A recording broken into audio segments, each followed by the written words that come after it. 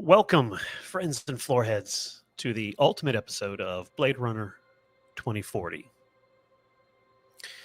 Charles Whitman, the powerful UN trade deputy, was killed by a white tiger anemoid in the kipple during one of the notorious egg hunts run by Michael Voronov, Vibatia of the Cherny-Barrick Syndicate.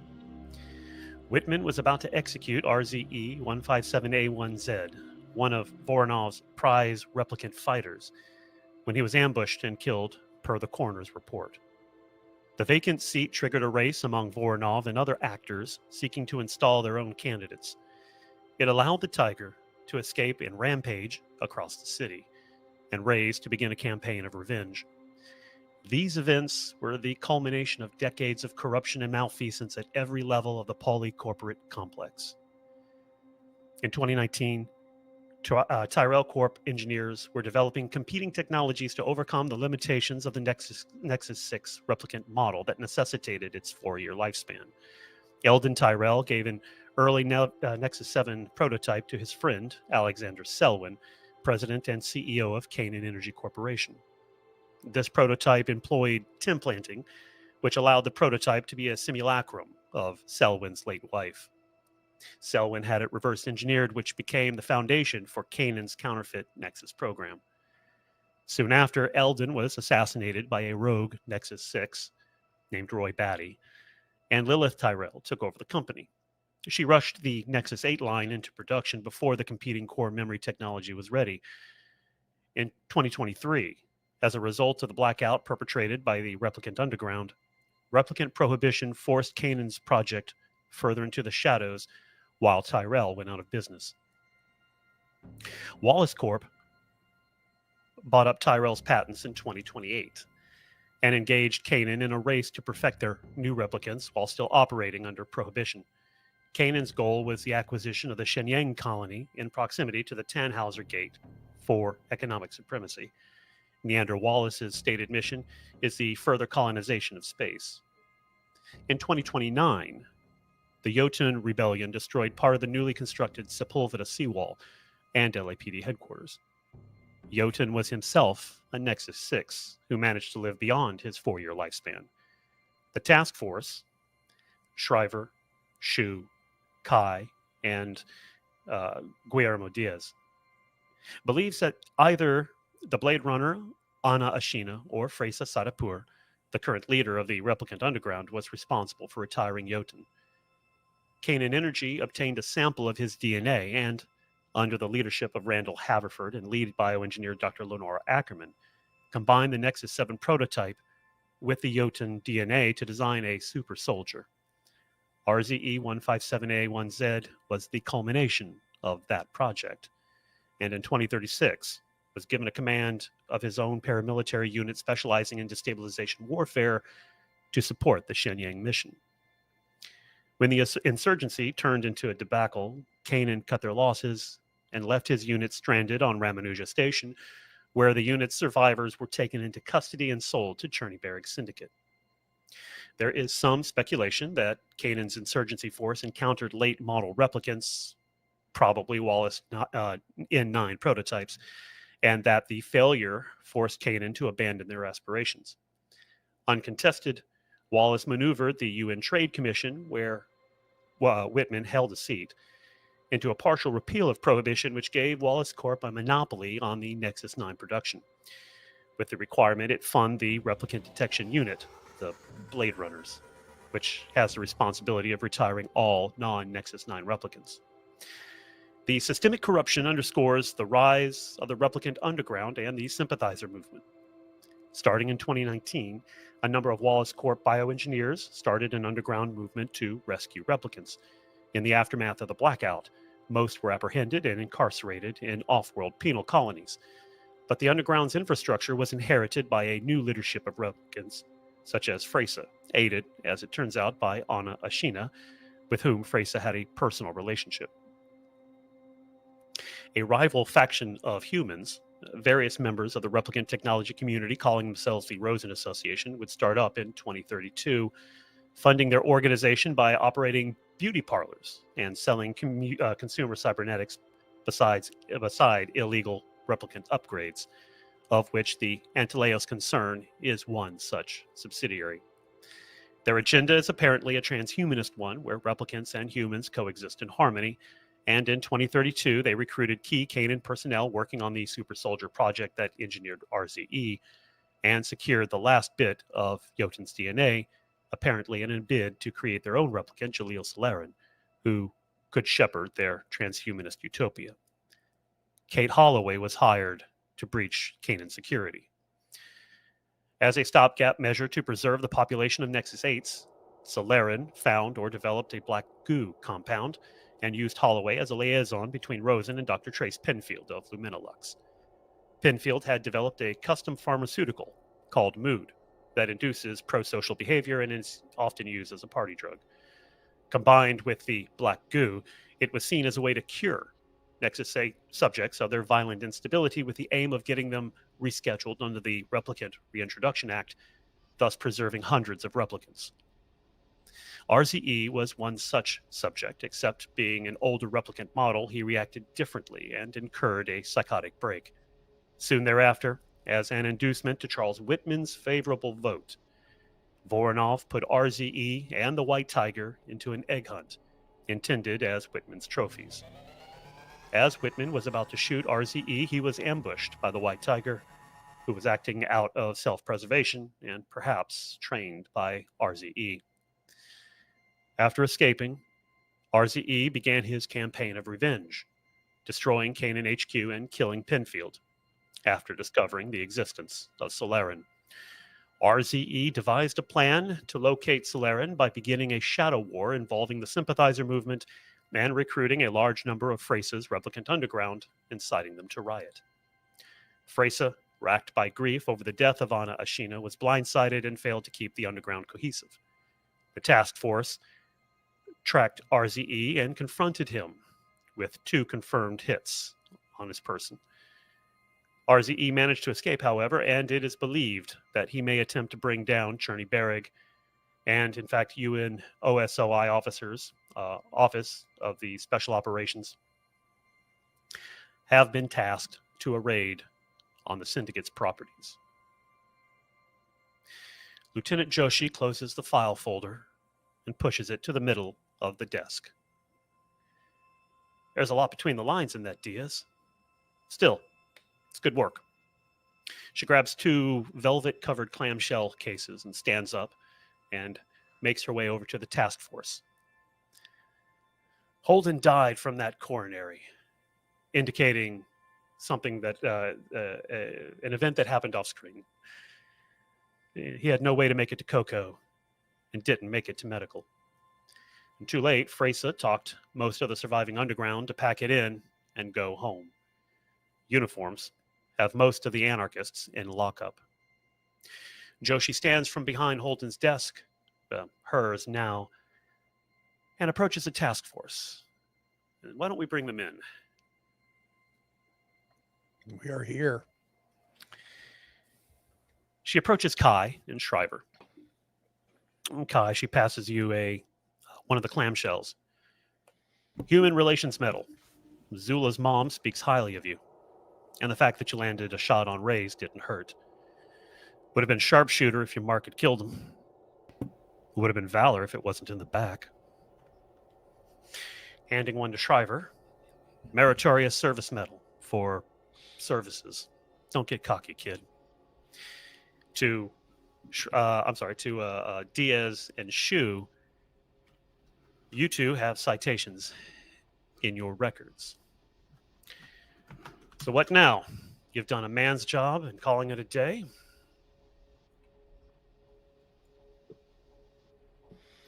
Do we know where Reyes is? You suspect that he is going to try to finish his rampage of revenge on Cherny Berrig, as Cherny Berrig and Solarin are the only 2 that you're aware of that he hasn't visited revenge upon. Let's put it that way. So are we doing something to protect? I'm trying to understand what we're doing, boss. So that is actually up to you guys. Based on, I think, the last episode's I'm sorry. I'm Stars and talking in wishes. character. I apologize, Connor. Oh, no. It's So she. uh, What does Joshi want us to do? Yeah. what do you want to do? She's asking you. You guys ready to call it in, or is there something more? Is the job done or not? Hey. Rise took a swing at one of ours, and he's still out there. Not real crazy about protecting Churney, but if protecting Churney means taking him down, I agree.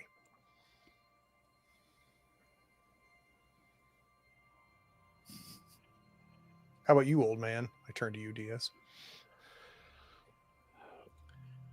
Diaz is just staring at this Joshi's new desk that was holding and someone he knew for since the beginning, and it's just it's sinking. It's not sinking in yet, and he's lost. He's just going with the flow. Actually, she goes back, seeing you. She goes to the side table, and fixes 2 glasses, one for you and one for her, and asks the rest of you to step outside. Without hesitation, leave. Yeah. Question. Yeah. Do I notice these glasses and this bottle as being hold-ins, or is this a new?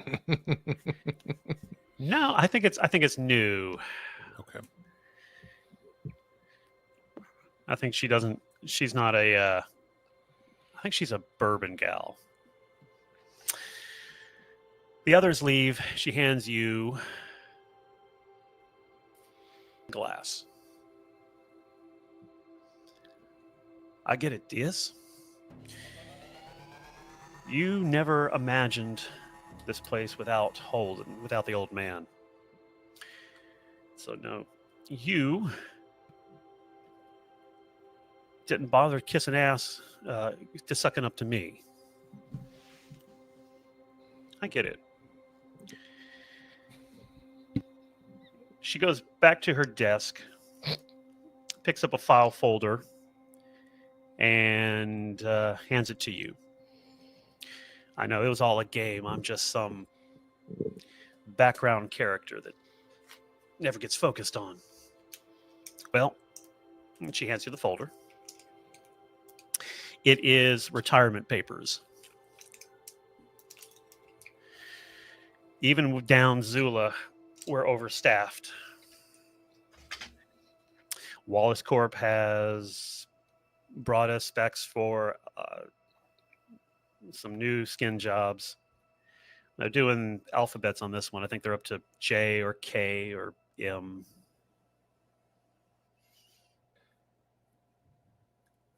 All right, Lieutenant. Chugs it. I didn't kiss Holden's ass either. I accept and I walk out. She stopped you on the way out. Okay. You've got your hand on the doorknob. Meat wagons. They recovered substantial numbers of Churney Barrig soldiers from a property owned by Rosen. Street Esper shows that the ones outside had a moment with the tiger before the guy that you identified as Rue Hoskins managed to capture it. They also took Voronov's daughter, and the trail ends there. Presumably they went to Sector 12, which is their stronghold.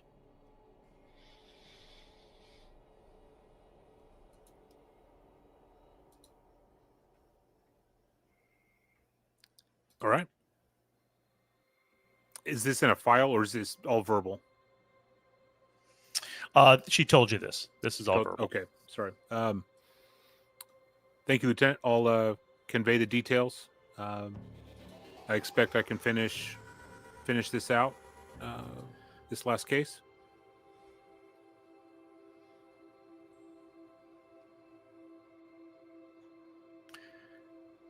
Be careful on this one, Diaz. Last rides rarely end well.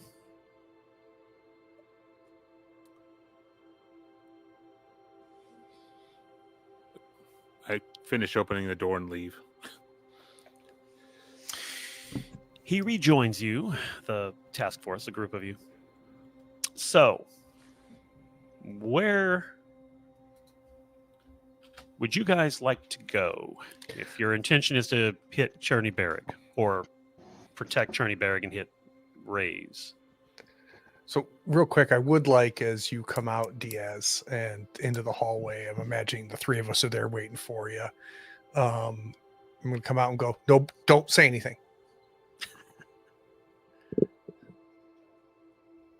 Did she riff you or promote you?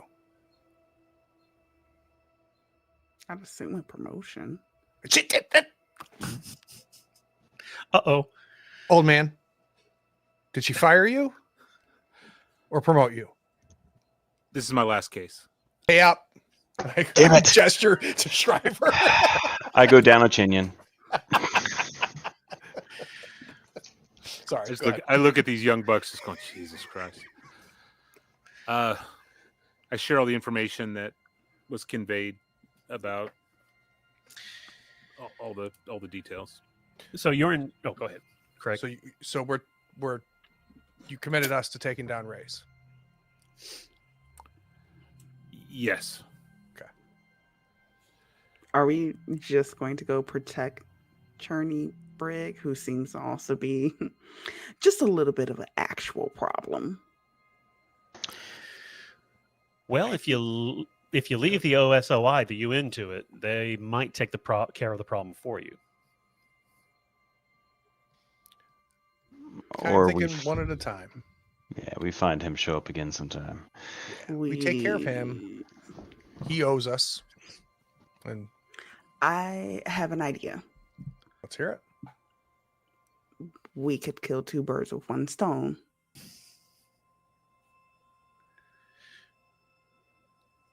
Love it.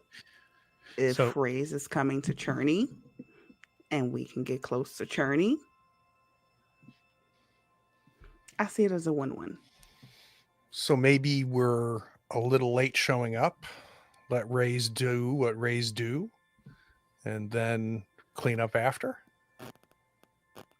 Yeah. So I like. looking at what OSOI's their plans, what I could pick up online.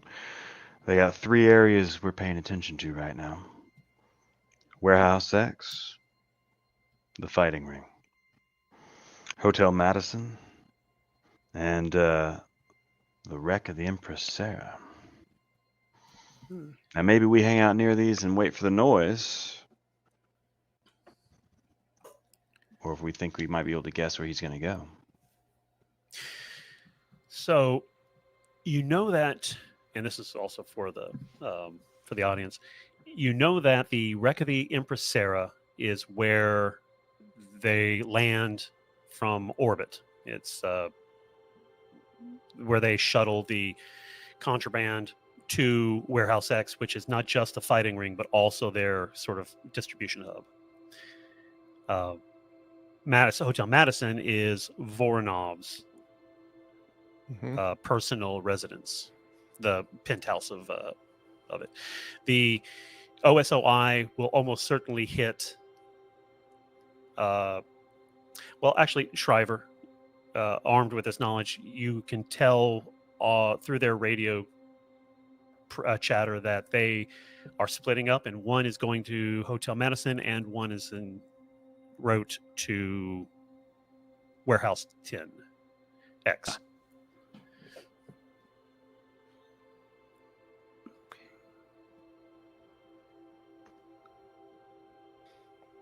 I'm fine us getting some noodles somewhere, some tea, keep the radios on, let Shriver do the Shriver thing, and as soon as we hear noise, we go. Craig, here is your reminder. I got a decent shop down that way. Let's do it. Works for me.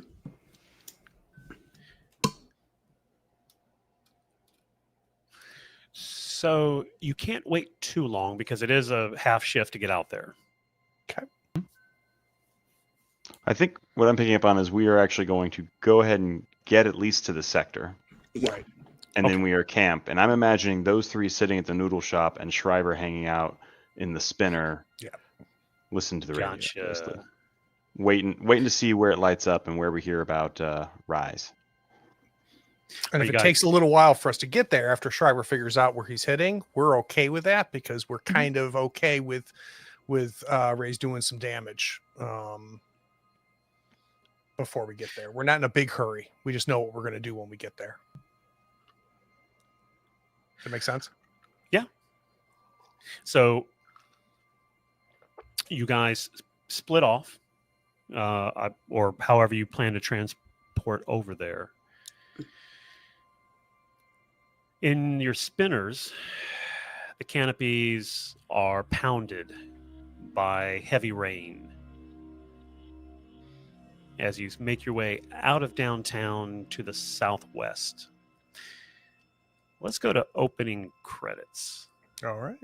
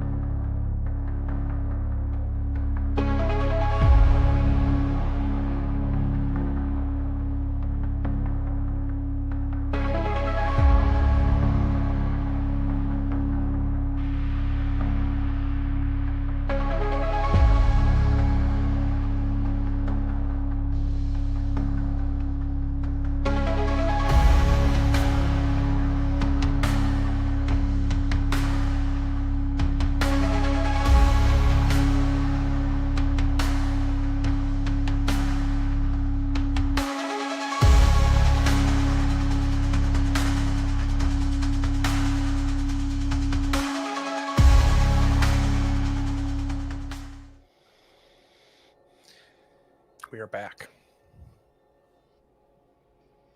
The four of you each have cups, to-go cups of steaming noodles, keeping you warm in this torrential rain. You hear the OSI has contact at the Hotel Madison. They are engaged with Chernyberg soldiers.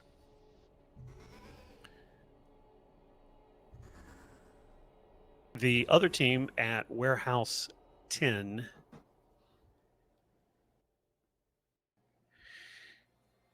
have reports of massive loss of men due to the tiger. They have wounded it, and it is currently has escaped. Raise.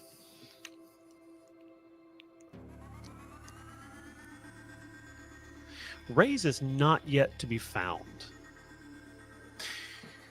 Voronov has escaped.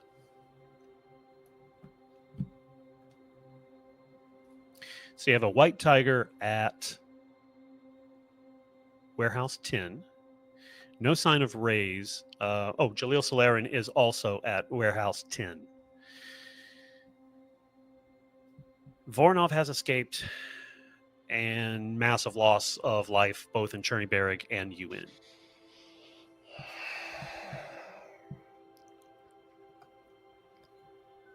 Got to be able to figure this out, Shriver.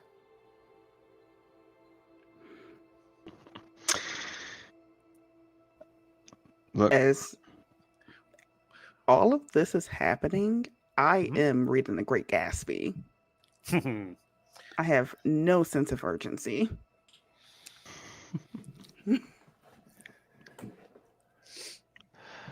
hey, we Kai. can reduce this to an insight roll if y'all want. Let's see what happens here. Hmm Kai, Yes, Shriver? you want one last date with the tiger?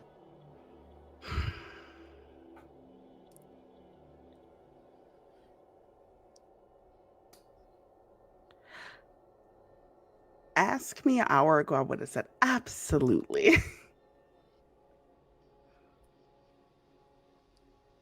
We need to stop Rays. All right. Lean back. Close the door of the spinner. Pump the music up. And try to go into my headspace. I've got a coin flip, and I've got to try and figure out which way this guy went. A Start coin flip rubbing my because hands. Well, a coin flip because working on the assumption he's at one of the two where OSOI is also at, so it's true. There's several paths. Could well, you know that he wants revenge on two people. One is Gilo Solarian, who is at Warehouse 10, Mhm. and one is Voronov, who escaped.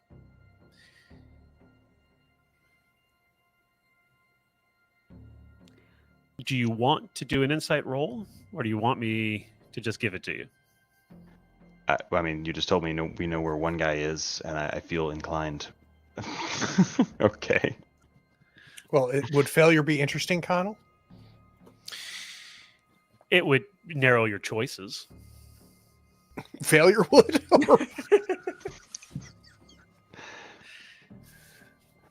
All right. I'm going to roll some dice. Let's and the do it. dice Let's are going to tell us go. where we're going. Let's go. All right. Insight. Yes, that is the thing I have. All right. He looks for the pattern. He tries to guess where his prey that he's been hunting for, some number of shifts now, where they're going, what's going on, what's not said, what's not shown, but is there. With a whole lot of music blaring. Oh, that is what I'm talking about. Wow. You know what shoes he put on this morning. So you get three successes worth of information.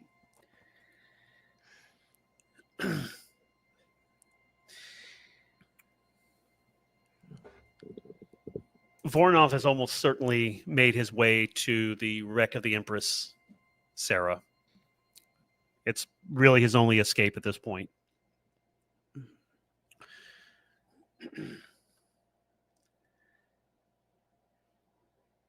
Reyes has orchestrated his entire campaign of revenge after Dr. Penfield with the express purpose of smoking Julio Solarin out. So he really seems to prioritize. So in fact, rather than going after Michael Voronov when he had the best opportunity, he went and stole Frace's underground soldiers.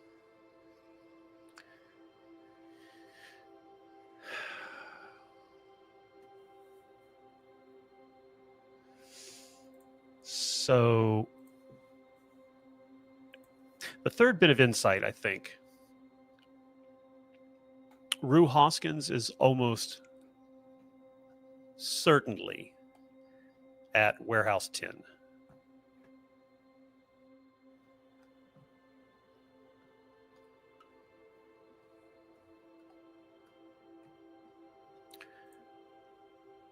Being his primary operation, actually, after since he was taken off bodyguard duty from Voronova.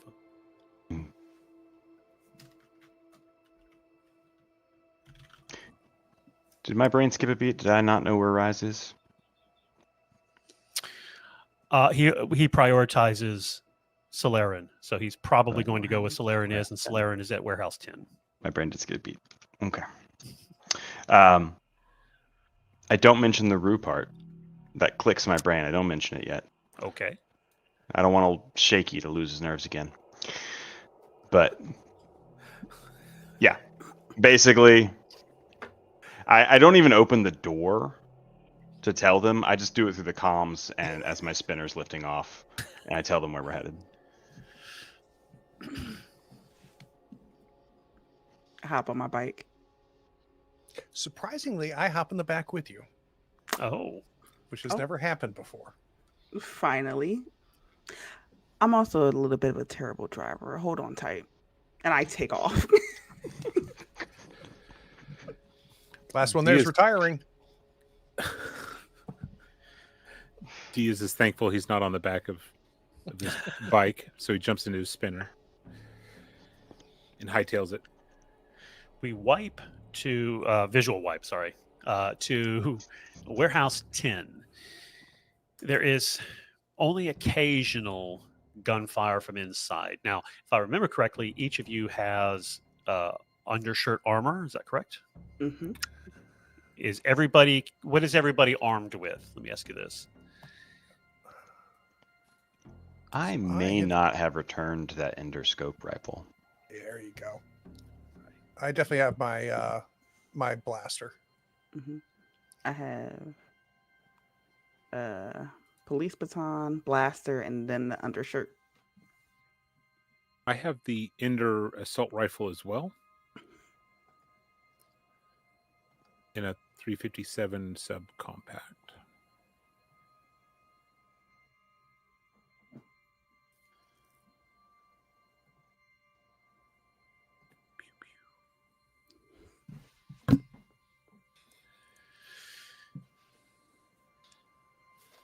See, with all those successes, we had a air tag ping off of Ray's, didn't we? We knew exactly where he was going. Mhm. That's what the Pretty shot good was idea. for. Track them. Little light up footprints on my map all of a sudden. Yeah. That was due. Well, as a matter of fact, as you guys are beginning to circle and find landing places for your respective spinners, you do see a shadowy figure steal into one of the back sort of exits that lead to loading bays that lead into the warehouse. You haven't positively identified, but your best guess is probably Ray's. Northwest corner. We going high? Possible sighting. Yeah, we're gonna follow. Are you guys going to split off into teams when you get into the warehouse, or are you going to stick together? I feel like I would want us to stay together until we get a lay of the land. So maybe we get on the roof, get in, work our way down, and then I could see us then splitting to vectors or potential flanks, but we don't know what the hell's going on in there. All right, so you're going in through the top. Yeah, assuming if there's a Or- flat top or There's something. definitely a egress and on the sort of. So it's the normal sort of industrial rooftop. It has. Yeah, well, we'll go ahead and say that there's a place for at least one of you to land, plus the bike. So probably the second spinner vehicle, detective spinner, won't be able to fit on the roof because of the way it's sloped and Sure. angled. Okay. Single helipad, let's put it that way. Guillermo, go ahead, take that one. I'll make my way over. Diaz considers just ghostwriting his spinner off the side as he jumps out to make, because he's pissed off at Joshi, but he doesn't. He wants to leave on positives, but nods. It says, "Thank you, Trevor." Parks jumps out and waits for Shriver. I'm gonna walk up to you, Diaz, after I kind of like shake it as I get off the bike. Have you ridden with her yet? Yeah, well, I don't know why you volunteered so quickly. Diaz, that was amazing.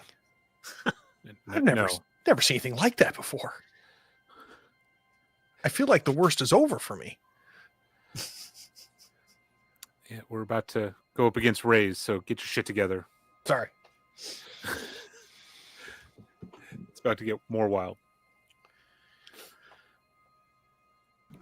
Shriver clambers up over the ladder up to the roof. Nice. And for the first time, at least in a long time, you guys see him without a jacket of some kind on, or the vest. And the sleeves are all the way up, and you see that he is just knotted layers, just a whole lattice work of scar tissue across his entire damn. arms and hands. And he's jacked with a rifle. His pistol is actually hanging in the right way. This is the guy that sometimes forgets to bring the belt. What'd you do with So- Shriver? You had to have known he was here and the tiger. You're a tease.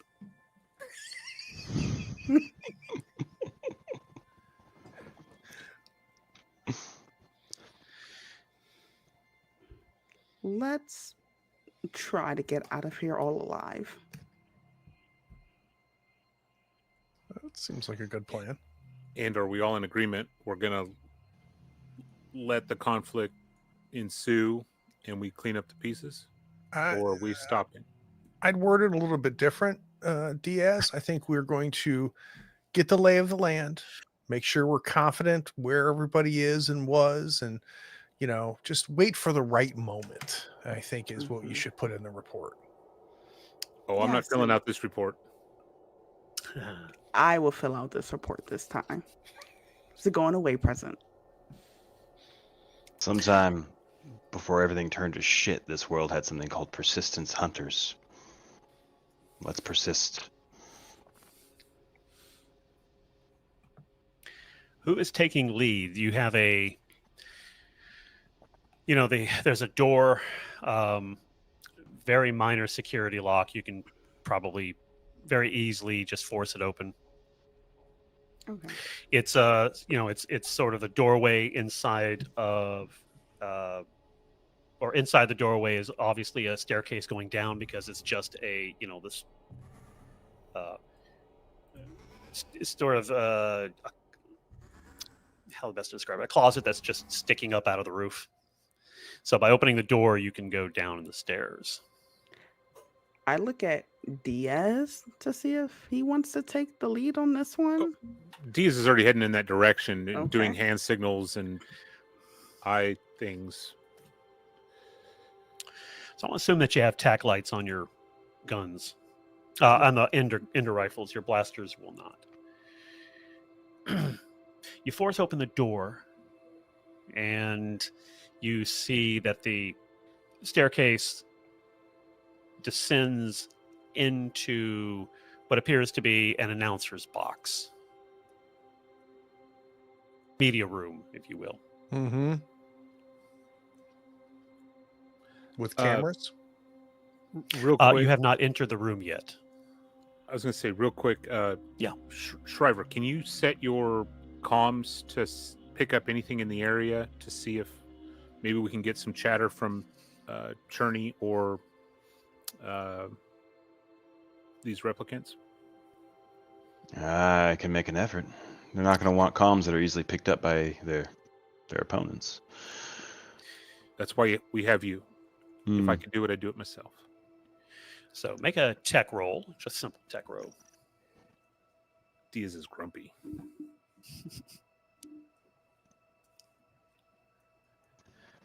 Critical. Man. On- Un on fuego. You're like, oh, it is. It is that easy. So with a Click. critical, Oh, yeah. It's, Yeah. it's right here. Option 3, not 2. My bad.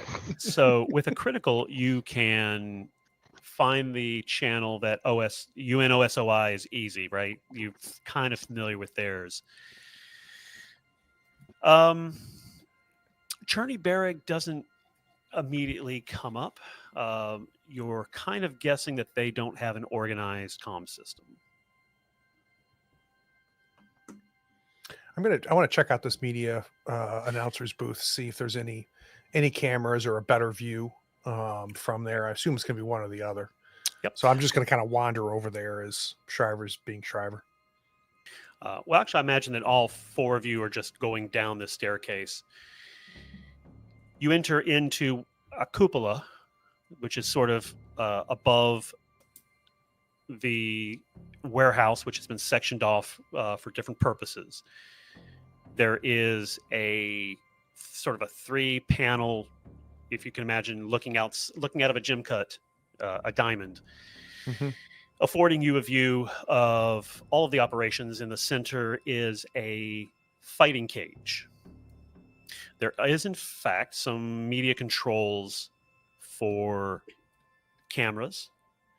That appears that most of the warehouse is has visual and mic'd up.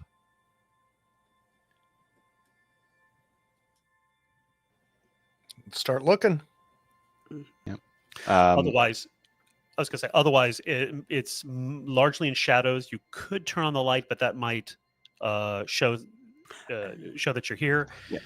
But it's pretty much the rest of it is just what you expect from Yeah, and I'm like, from the media box. I'm listening to an earbud and snapping fingers, saying, "Map, map, get me a map," and then trying to track through the OSOI folks where they're at. Also, I don't think I actually hacked the OSOI. I think I saw a number for their command lines in one of Libby's files. Nice. Well, with the critical, actually, you have you're piggybacking on Marshal Strauss Proudfeather, who actually is in charge of the operation. Very nice. He has 15 men left. His lieutenant actually is the one who went to Hotel Madison. He, like you, bet that the major action was going to be here. They are currently in contact with a slightly diminished number of Cherny Berrig that seems to be the last holdouts, at least the last organized holdout. There are Nexus 8 replicant fighters running amok. They have not identified Rue Hoskins yet. And what was the last that you're looking for? They haven't made contact with Rays yet either. I need to know if at any point I am made aware of Rue, because at this point I have no idea Rue is here. So right. I haven't. Yeah, and I'm waiting on sign at least that I've got him pinned to a room. So yeah. Okay. You could possibly find out where Julio Solarin is, assuming that he's not been released. And that would be just a simple tech roll. Okay. You say simple, I say my worst stat in intelligence. And yet, he persists.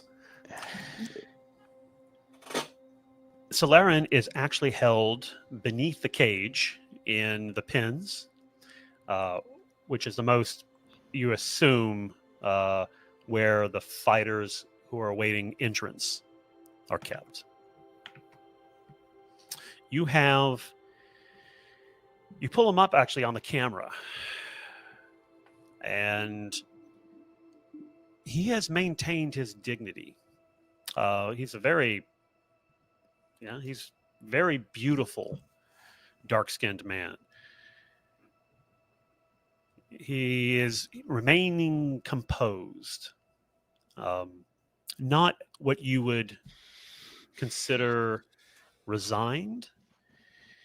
And an insight roll here I don't think would be appropriate because he has this aura of alienness or otherness about him, even through the camera.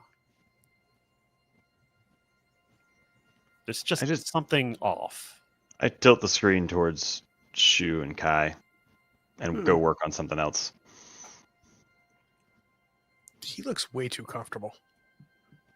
Just a little bit, yeah. I guess we need to ask the question, Kai. Do we wait so that we can convict him of murder? Or do we try to get him for attempted murder? We letting this guy... For Solarin? I'm intimating to Kai, are we going to let Rays get to this guy and kill him, then take care of him, or are we going to try to save this guy? To what extent, DM, remind me, was he involved with the replicants being murdered and hunted by politicians? Are you asking about Solarin or Rays? It's Solarin. Solarin, so far as you know, is guilty of no crime other than existing. Okay. He's not a Nexus 9. He was made by the Rosen Association to usher in some transhumanist utopia. He, for whatever reason, seems to have motivated Rays. But so far as you know, he has committed no crime, other than take that back, potentially holding Voronova against her will.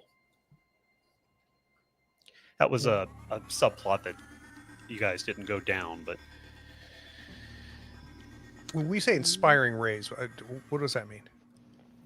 you don't know. Oh, okay. We You should just know find that Rays has a definite, A need. yes, to destroy Solarin. out. Oh, well, why don't Maybe we, it's because they're both born of the same Jotun DNA. why don't we ask him what did he do to piss and Ray's noodles? You Well, can one, talk to one him thing through that'll the guarantee that we get to Rays is if we get to him, Rays will get to us. Mm-hmm. Perfect bait. I'm good with that. I say we go get him. Okay. Are we going stealthily or are we just fighting our way down? I feel like we're gonna go as stealthily as long as we can, right? Yeah. And one of you or both of you with rifles need to find a catwalk or something. Mm-hmm. Oh my god. Whichever of you has the highest stealth, make it at disadvantage. I'm at a D10. You're better than me. I'm a D8. I'm a D6. D10, D6. Alright, looks like good old Kai. Kai, we've been Alright. rolling like champs. Oh my god. Actually, Disadvantage. oh, yeah. Ew. Why did it only roll one Not- die? Is this? Shouldn't you have That's two weird. dice? There it goes. Why did she only roll one though? That's weird. At disadvantage, Oh, right. because there's 4 of you. Yep, right. Can she push Not all. that? She can. Not all is lost. I was going to say, as you begin to make your way stealthily, they are also not attempting to hide. In fact, it appears that a group of 4 So is this is trying a- to escape the violence, and So they this are is a- not being stealthy as well. So you may push this if you wish. So I'm only at 1 resolve. And Oh, and that's bad true. shit happens if I push as a replica. Oh, If okay. So I'm If- not going to. All right. If No, you that's push, fine. yeah, if you push and get an origami, that we should be specific. Nope, that's fair. Yeah. So we walk into something. Cool. Okay. And you said that they're trying to get away from the violence. Largely, they're going up to the roof to try to escape as well. I don't know if we'd mess with them, would we? Mm-mm. You can try. Each of you may try a stealth independently to try to hide, and they would bypass you. There's probably some offices or something that you can get through. I want to just make I'm with you, Kai. myself known yeah. Okay. and let them know. Hands up. We left the Not door here to unlocked. fight. Yeah. Mhm. Do you? Okay. So because you failed, you aren't able to start or set up an ambush or anything. So you're just going Nope. to let's start initiative. Do you guys know how to draw your cards? I don't. No. All right, I can do it for you. I get 2 cards and take my preference. Okay, let me see how that. Let's see. Leave Jesse there. Shu. Does anybody else have any combat specialties? No, not me. Mm-mm. Uh,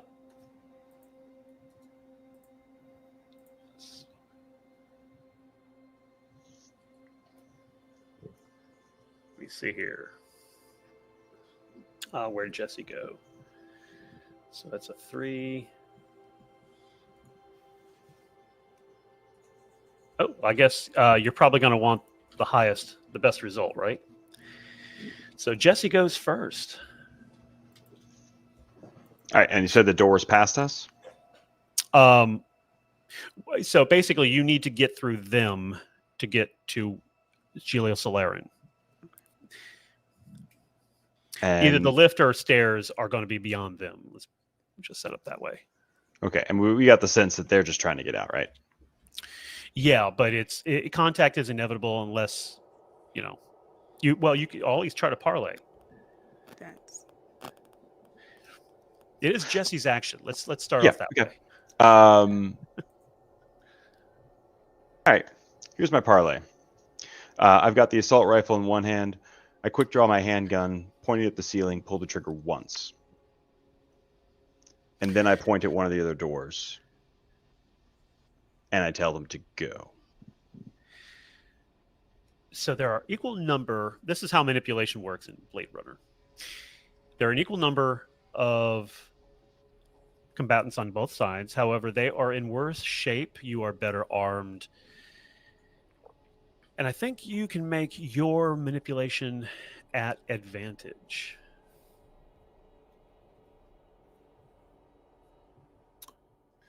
You were due. No. Oh, well, it's a wash, right? So they have immediately, even if they didn't spot you before you fired into the roof, the ceiling, they immediately go into a stance, prepared to return fire. You may push the roll because you are the active player, the active roller here. No, I am pushing the roll as I'm staring at a crowd full of people who are staring back at me, about to attack me again. I'm flashing back to the farms. I'm flashing back to the childhood. I'm flashing back to all of my daily life as my cousins and my family kicked the shit out of me. And I'm like, no, this is not it. Get. Yo. There is a mechanic we don't often use or haven't used, but I think flashing back will give you advantage on this push. Go ahead and make another roll, actually. We'll call it that. Nope. No, this is it, actually. No, that's I got beat up every time. We forgot that part. I forgot to mention I got my ass kicked over and over again. That's all right. We wouldn't be here if it wasn't for your good roll, so we're good. We'll just shoot the bastards. If they're going to shoot at us. Open fire. Yeah, that's fair. I'm assuming that everybody is able to get to cover. Yeah, or immediately that's the first took thing we cover. would do. Yeah. So, as it is police procedure,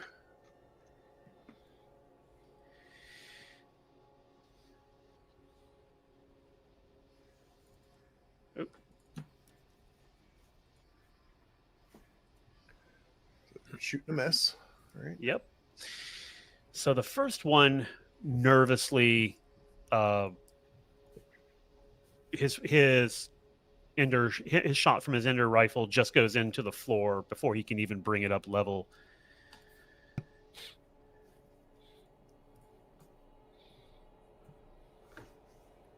Raze is not part of this combat. Neither is White Tiger, so I don't know why he's there. I saw that on the initiative list. I was like, is this thing coming? Am I supposed to know about this thing? I don't know why he's all right. So now we go to Ambushes Shu. So Shu, you are firing your blaster. Correct. So firearms. Let's see. Not out of range. Nope, and they do not have cover. All right. So just a straight roll. Yep. With no modifiers. You're making me nervous, Shriver. This is the shooting I'm familiar with. Yeah. When they start shooting, you duck. What kind of cover did you take? I imagine like a corner. Duck down. I'm shooting, and I'm imagining the miss is me really not wanting to hit them, but trying to put a period at the end of Shriver's sentence. Okay. Like, just blast, like, come on. And I think I yell go to them as I shoot and miss. Do you wish to push? I don't think so. I'm really hoping that these kids bail. Nick, what's Diaz doing? What are you armed with again? Ender? The Ender assault rifle. So the thing with the Ender is it is capable of full automatic fire. That will automatically cause you 1 stress. But you can distribute you shoot at advantage, and you distribute your hits among tightly clustered opponents. In this case, each of the 4 would be legal targets. And each shot doing its base damage, plus +1 for every other success that you allocate to them. If I fired full auto in the air as a means of intimidation, would that help the manipulation roll? In any No, way? actually, I think we're beyond the Yeah, sounds like manipulation ship sails. until something significantly happens. If you take one of their numbers out, that calculation changes, and they may well break. All right, I'm about to get stressed. Let's go ahead. And, Don't be a stormtrooper. So yeah, make sure that you roll at advantage. There shouldn't be, or does it say full auto? Let me check. modifiers, careful aim, large target, small. Target, careful aim. Yeah, just hit the advantage button then in that case. Bring the heat. Oops. Hold on. I screwed up something. I got to re-click it. Advantage. That's how you do it. There we go. Yay. All right. Pew, So- bitch. The way this works, you get to allocate your hits. If you allocate 2 of them to a particular target, that's a critical hit, and they will take a critical injury and probably just take them out of the combat. So sorry. So we can go ahead and just take 1 out, or you can shoot 2 of them. I'm taking both shots are going straight after the one soldier in that went right after Shriver. Basically, the first guy that fired on our team was who I was aiming at. And then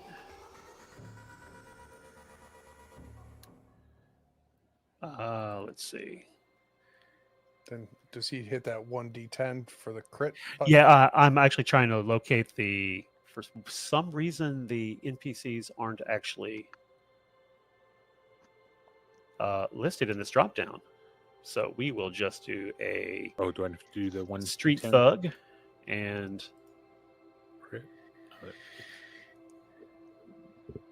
Oh, massive internal organ damage. Nice. Ooh. you stitch him. How? I put 2 in the belly, and it just the rounds just shred him from the inside, causing major damage, and it knocks him back a few feet with the impact. Dika. Okay. Would this be considered time for manipulation roll? Yeah, you can try. I'm going to, as I'm cocking my gun back, I'm going to yell out, "This is your final warning to get the hell out of here, or I will shoot to kill." Make your manipulation roll at advantage. What could go wrong? Okay. We are so Kai's entourage. It's not even funny. One of them takes the lead and makes a counter offer. Let us pass. No shit, Sherlock. We've been trying to do that. Go. I stand up and do a grand gesture. Like, you idiot. They move through your space. Everybody keeping a wary eye on everybody else. Is that Shaun of the Dead moment? Yeah. Nice. And recede into the corridor leading to the media box. We're going to come back and not have any spinners. I keep walking. I left the keys in the car. There's an ender rifle sitting on the ground if anybody wants it. It's true. Ooh, I will take it. Oh, a replicant with a rifle, with an automatic weapon. You make it to. Are you going to take the lift down or the stairs? I would imagine stairs. Stairs. We're bad. We're not that bad. As you pass down, and it's only we're going to say 2.5 flights, where the stairs are going to go down to a landing and then make a 180 degrees turn into the sort of the second landing, and then onto the warehouse floor. As you are descending, you can see short bursts of activity between the OSI and the Cherney Berrigan. It looks like they have taken the majority into custody. On the floor, you can make out probably about 10 meters from you the door that goes to the location underneath the cage. Forgive me, I have forgotten what that's called. But to where the waiting room where The green room. Solaran is, yeah.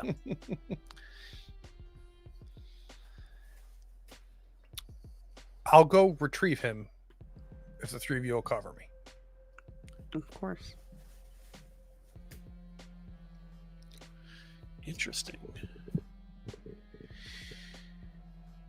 You make your way just in a quick dash, or you just sort of... I've got 3 covers. I'm the worst shot of the 4 of us. I'm going to go as fast as possible and really, really hope, and actually believe that I've got more than enough cover. Probably absurdly confident in my dash. You open the door. It's unlocked. Into that sort of the storage room beneath the cage where the fighters, because you can, as you approach the ring within the cage, you can see that there's a sort of a trap door where the combatants are thrust up into the view of the adoring crowds. You throw open the door and a staircase descends only a couple of meters. Once you alight on the floor, you turn the corner and see a jail cell for all intents and purposes. And in it, very calmly watching your approach as you sort of turn this corner, is Jaleel Solaran. very composed. I'm going to walk up to him. I assume he's on the other side of a barrier, some sort of cage with me. Yeah, open jail bars. Okay. And as I'm walking, I want to try to get a sense of how all of this works, right? So, like, do we hit a button and then it pops them up through the trap door? Like, how does this all work? I just want to have an understanding of what's happening as I'm. That is exactly how it works. There is a button on your side Okay. that will lift hydraulically the combatants. Actually, there are two separate cages. He's in one, and then there's a second one for the second combatant. And then they are thrust upwards into the ring, into the cage, and thence to fight. So I'm going to walk up to him, show the badge. You know why I'm here?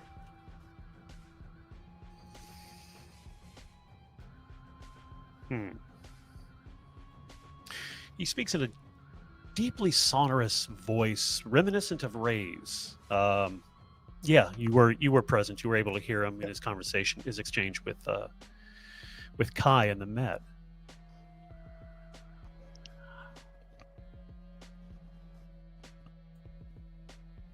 You are one of the authorities.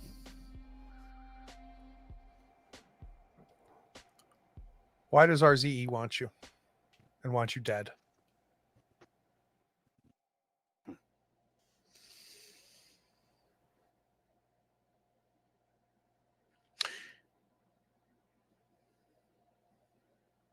We are brothers, our fates intertwined. Each with his own destiny, one to become, one to ascend.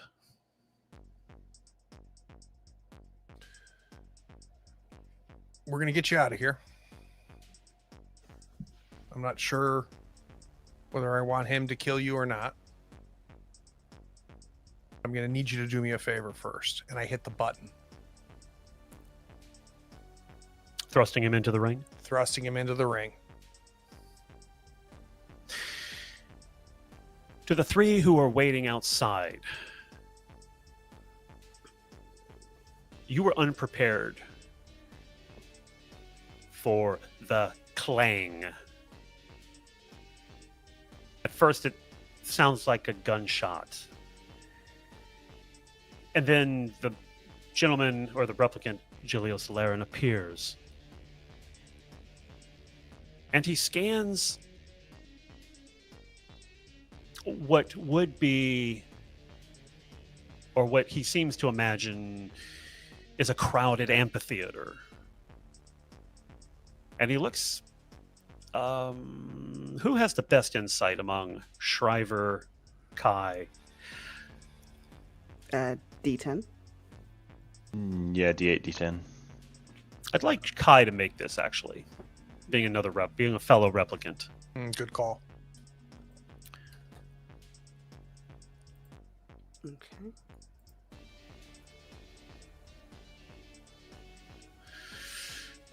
Finally. There's no more information to be had, so there's no reason to push.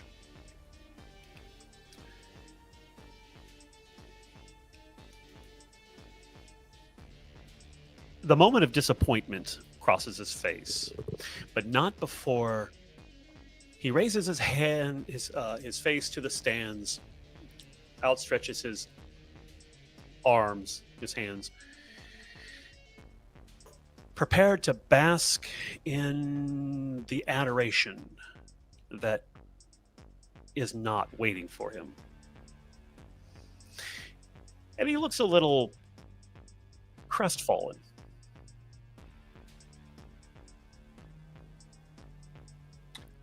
Get over the Kia and just say, we should see Rays any minute now. Are we trying to have a combat? Have them fight it out? I want this to tease him out. Because in my mind, and tell me if I'm right, Connell, I've now just put him in the center of this warehouse, right? Like I've put That's correct. Yeah, a lighthouse in the middle of this warehouse is what I'm hoping I've done.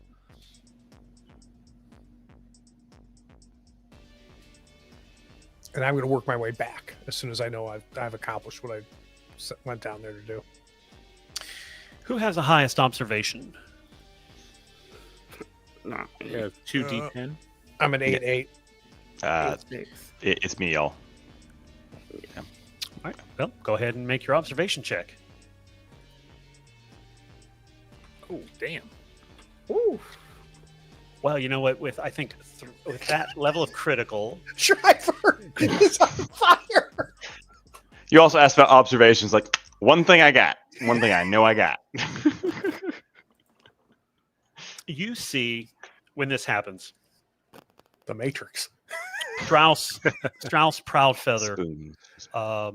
on the second level goes to the railing and bares his arms, his own Ender assault rifle at Julio Solarin. Not really immediately sure what happened, just that a potential target appeared. You see a familiar four-legged form winding its way through the warehouse floor, as the white tiger is also beginning to stalk its way here. With a massive critical like that, you manage to catch the elusive white tiger. And from the opposite end of the warehouse from Proudfeather, you see Rays, or catch a fleeting glimpse of him.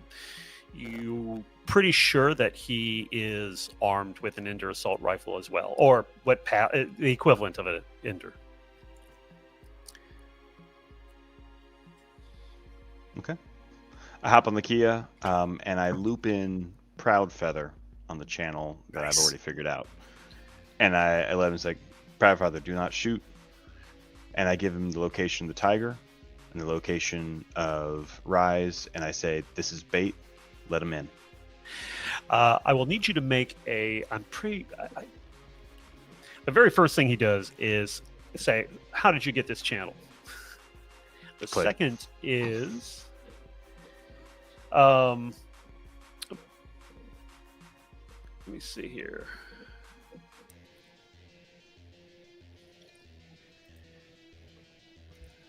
Oh, connections. Make a connections roll for me.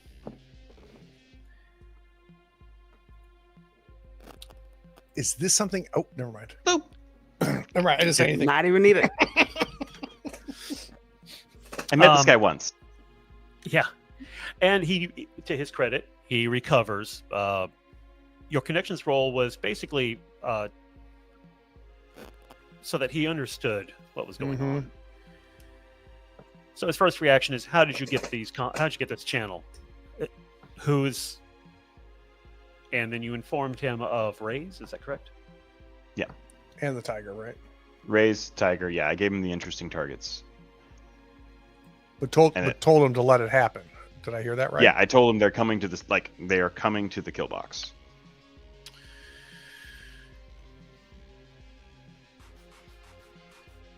You don't know Proudfeather well, but you know his reputation, sort of. He is a very straight shooter.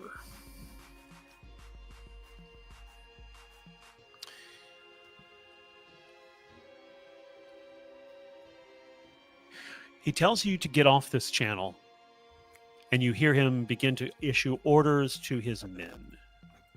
And you can see them begin to fan out. But he does not shoot Solarin. Hey, guys, we might want to set our position so we don't take too much fire from the rafters either.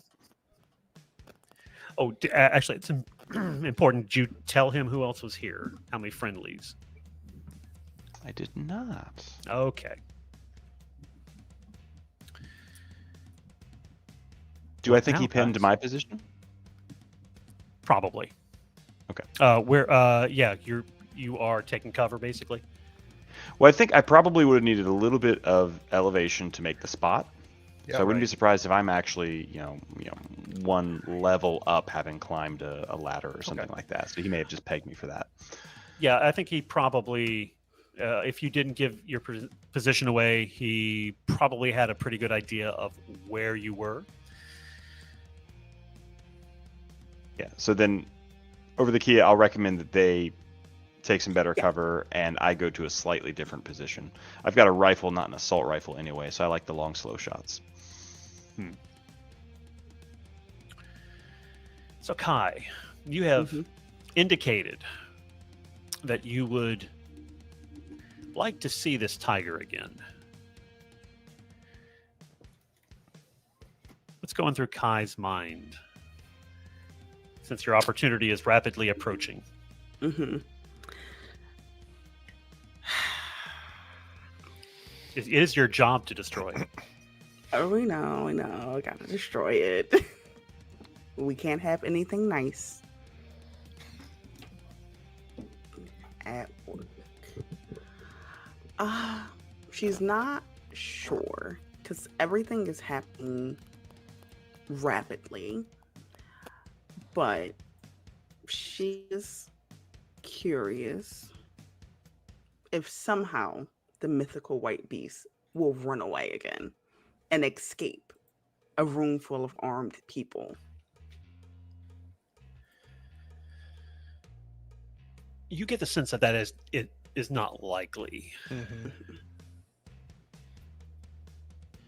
Do you remember what you've learned about the white tiger? What It's very raises how his suspicion or what he thinks is the backstory? it's drawn to chaos. Drawn It's to a guardian, right?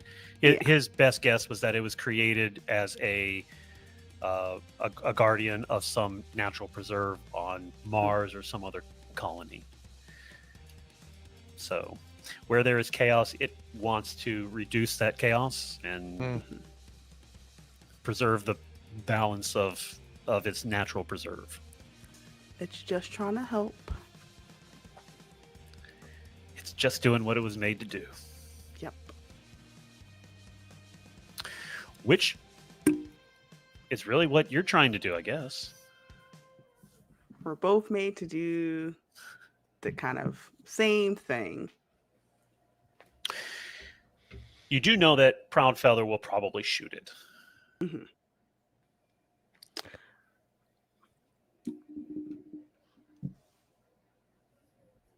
Okay. You're okay with that?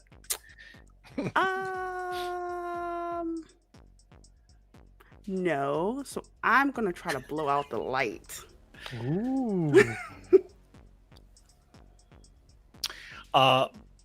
Go ahead and make a simple gun firearms roll.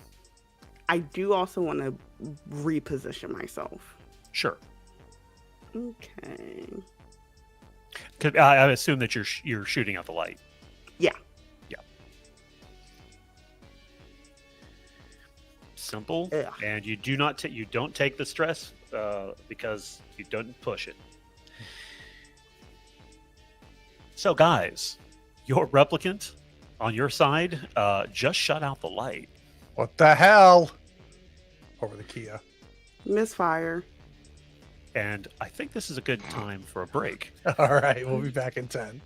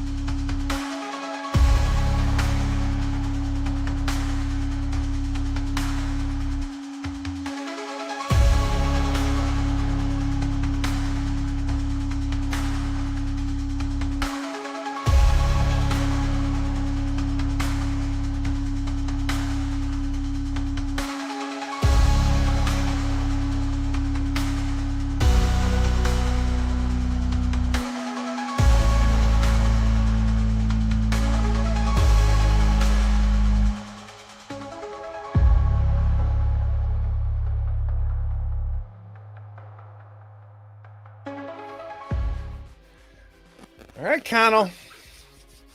Let's land the plane. In the dark,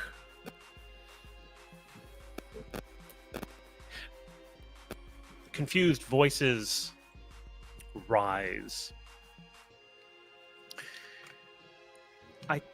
If each of you would please make a simple observation check.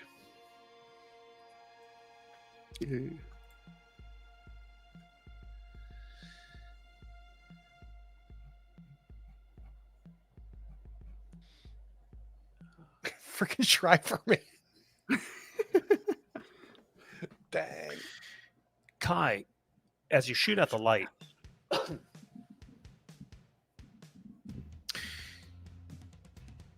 as you're plunged into darkness, the after image of the light that you were focusing on is still just looming large, obscuring any night vision that you have. I think Shu and Diaz, I think you both still have decent ideas of where all of the combatants were or are, presumably. Quick question, if I could, Connell. Sure. So I know I went under, I hit the button, I popped him upstairs. Where do I come out? I would like to be at ground level if I could. Is that possible? The only way in and out is actually that service Okay. entrance. So I'm thinking I might just have the service entrance door open. I'm using that as cover and just keeping my eyeballs on Sure. the cage. So the idea is that you have sort of this raised cage, right? Mhm. Which is itself, think of a octagonal pillar which is rising up. The door is set into that. And something we did not establish is, so I will ask you, is the cage, does it have a roof on it, or is it open? I feel like it would with the type of fighting that they're doing. It'd be pretty Okay. easy for some of those replicants to jump the hell out of there. So I feel like it would, right? I believe so.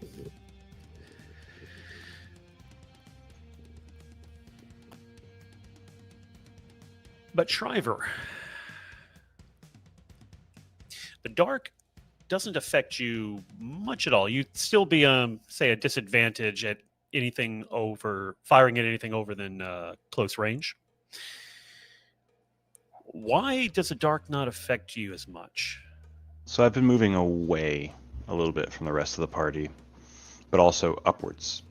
And so I think what's happening is as the lights are going out and all those spec ops guys are hitting their flashlights, turning on all the beams, if you're at beam level, your night vision's getting messed with. I'm Mm. getting above that. And so I'm not getting the immediate lens flare right away in my eyes. Okay.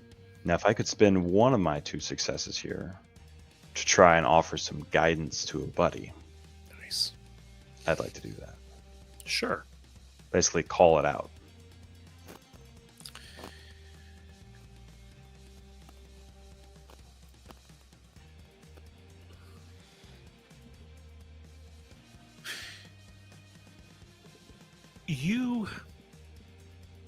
I think the OSOI task force, I think they immediately go on the defensive, expecting an attack.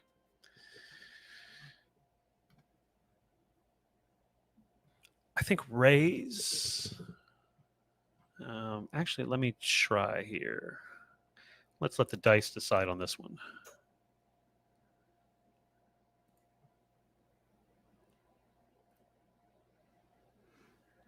Wow. You have lost track of Rays. Okay. The tiger, however, is approaching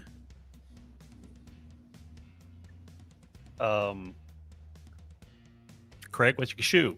Approaching Shu's location. But let's go back to Kai.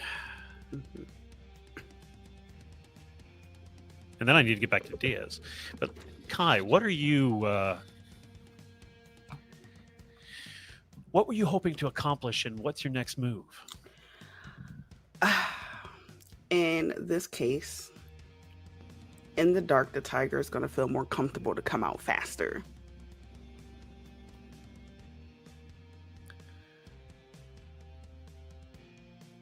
And when it shows someone's going to get attacked, I don't know who, willing to take that risk, let full loose out on it. I'm sorry, what was the last bit? Oh, fully let loose on it with the assault rifle. Dang. So, to be clear, you want to be the one to take the tiger down or the one to take Ray's down? The tiger. Where is Diaz in all this?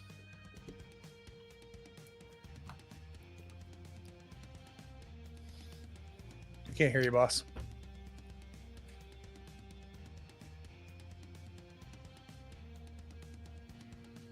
Nope. Did you mute? You're not muted on the thing. Did you plug and unplug something, maybe? I see a mute symbol on his. No, he's not muted. Let's go back to him. Yep.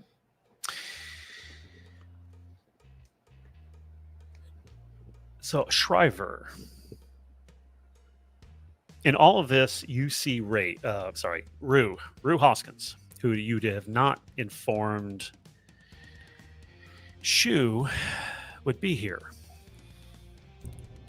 He is up to something sneaky. Where is he currently? I'll let you place him. Sure. Actually, not too far from the same entrance that Rise just came in to enter this scene. But he's trying to move above and around the OSOI guys. And that's why I spot them, is because they are focused on where the kill box is and directed by, well, my communication, as it turns out. And I am up at a bit of an elevated angle to see that happening. So I think I catch him moving between the bleachers, basically. Test. Yep. So, Diaz, where is he in all this? You're making. I'm joking. I'm joking. Sorry. The moment Jalil Solarin popped up, instantly started taking steps back, trying to get an eye on the room. So similar to Shriver, trying to get the best use out of this scoped rifle that I can. If I could Yeah. patch in for 1 second. Diaz. Hey, you're closest to Shu right now. Tiger's coming that way. I already blasted that out to everybody. Somebody's got to keep an eye on him. He's been shaky for the last day or so.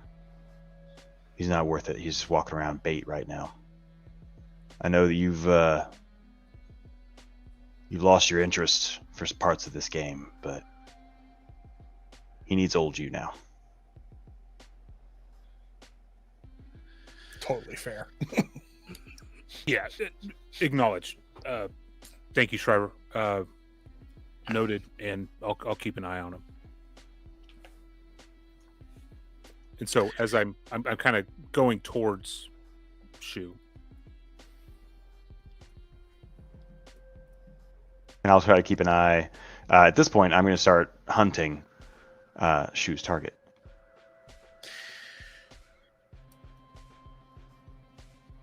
So, I think several things happen. It looks like Rue is actually heading towards a service lift. It is open. Looks like it's used for freight, for cargo. Him being currently on the second floor. Diaz, are you moving in any stealthy manner, or are you confidently and quickly moving to Shu's position? Confidently and quickly to Shu's position. Because he's walking. You can hear his pension dragging on the ground.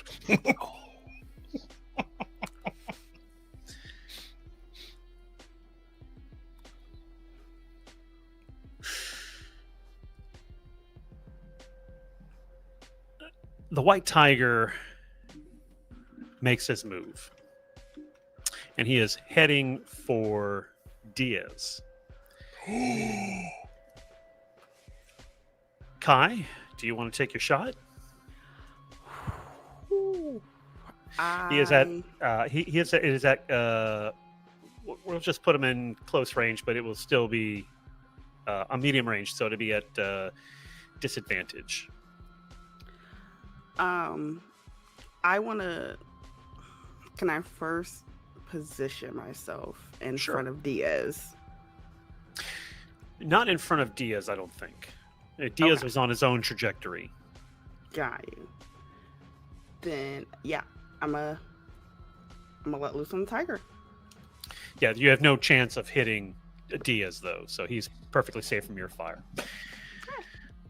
Go ahead and take your shot. I don't know what I want this to be. And I love that. Remember, it is at disadvantage. Okay. God damn. The beast,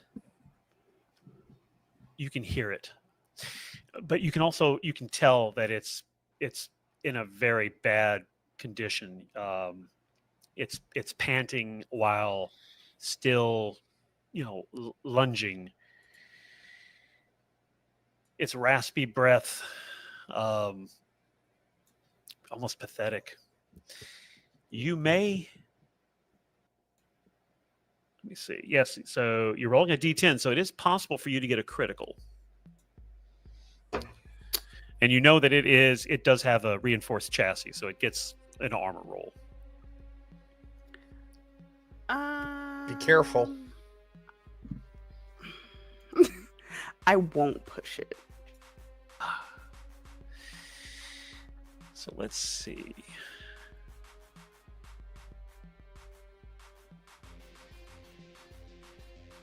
Damn So it. it has the Okay. equivalent of heavy-duty Yes. police armor.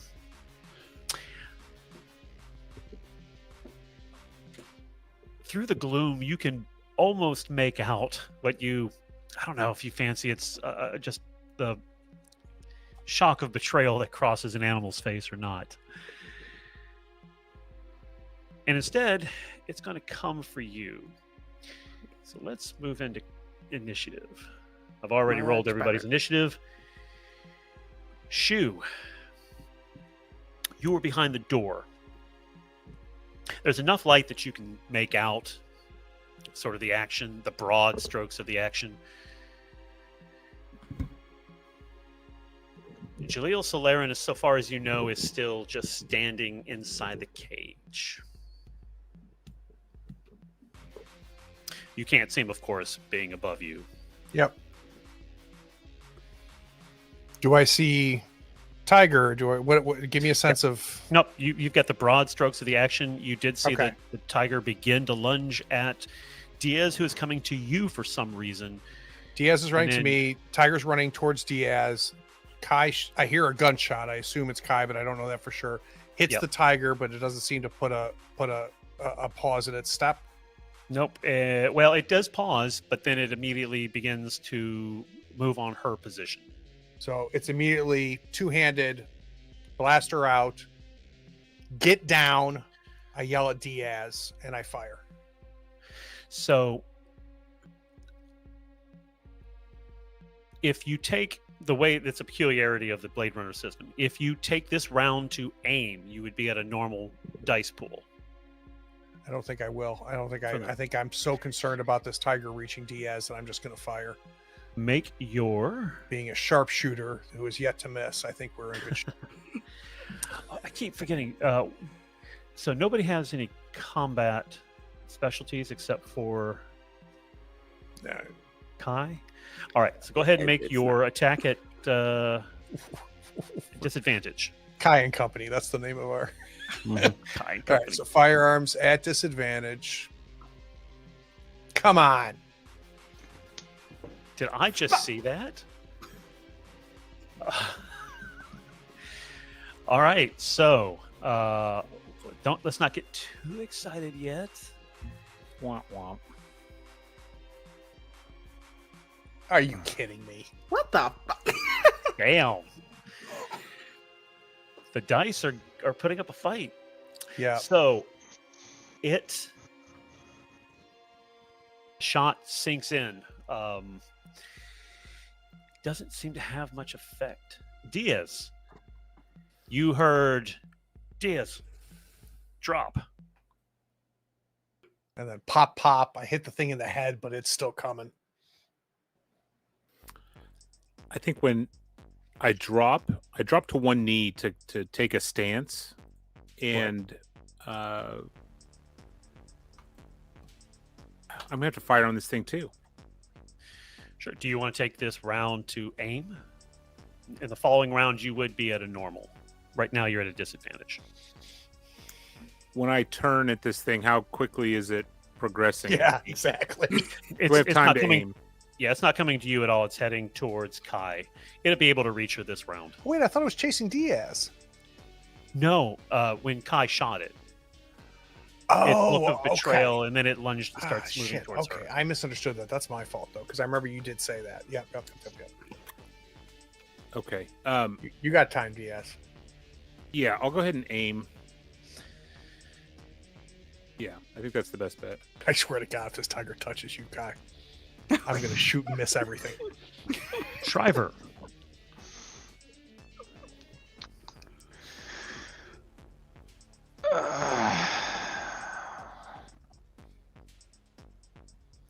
Hell, we can find Rue another time. I start taking careful aim on the tiger.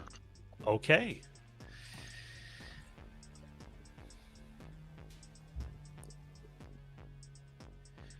The tiger is going to make. It's rushing at Kai, and it's going to make a hand-to-hand attack, unarmed attack. What you get a defense for, and you do have a talent, do you not? Martial arts. So, what does martial arts do for you in this situation? So that's when I'm fighting, but nothing defensively. So I don't think I get anything. But you will get you get an advantage to your defense roll. Okay. Nice. Well, okay, I'll say that the gun itself can just act as a club. So you will get an advantage on it, and of course you are wearing armor. All Yeah. right. Big tiger whiff here, Connell. Please. He's been on fire though. So go ahead and make what the- your. Damn. And he's getting his crits on his lower die too. That's what. What is the defense roll? Oh, it just is a normal hand-to-hand combat roll. Okay. Come on, Kai. Just at advantage because of your martial arts. Come on, Kai. Oh, that's not good too exciting here. Very. Ooh. Wow, that's as bad as it could be. Could I push? You cannot push Damn because it. you are the defender. Is that what they teach you in your dojo? Like, stick your hand in the mouth? That's not. It was more of the head going to the mouth. All is not lost. Headbutt didn't work. So you will take 4 damage. Okay. Does armor do anything here? Oh, yes. Actually, I'm so sorry. You may still roll armor. Oh, Oh, my God. Thank you for Okay. reminding me. Hold on. Okay. Does not get the crit, though. So you will take 3 points of damage. Okay. But no crit. It's fine. It's against me. It's fine.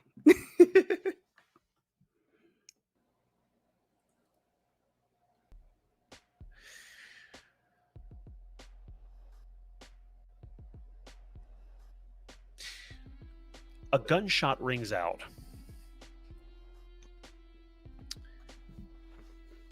Jesse, you can locate it from Rue's position.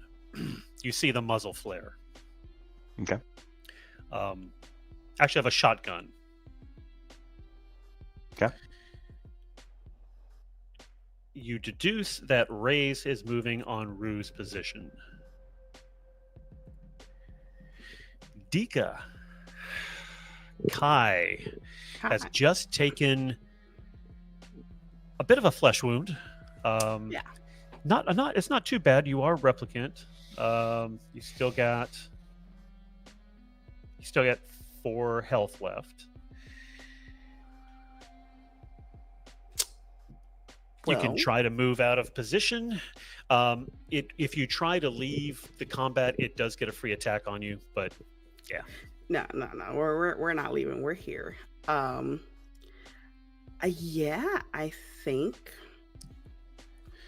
for lack of a better thought, what is this? I'm going to try and hand-to-hand combat it because I at least get advantage. and you have. Let's see. If you drop the gun, Oh yeah, that's it's not doing anything right now. so the police truncheon can take any forms. That just happens to be the gears, the Okay. stats for it. It could be anything from a tonfa to a sai, any sort of martial art weapon. Okay. What are you carrying? I honestly will probably just carry the truncheon because I don't want for it to look like I can do additional things. What does your attack look like? It's gonna come up. I'm gonna reach in to my side, grab the truncheon, and try and back smack it. It's heavy. It's not gonna go far, but I'm gonna try to at least daze it. Okay. Make your combat roll. All right, and I get advantage. Oh wait, martial arts. Activate. Yes, you do get advantage because of your martial arts.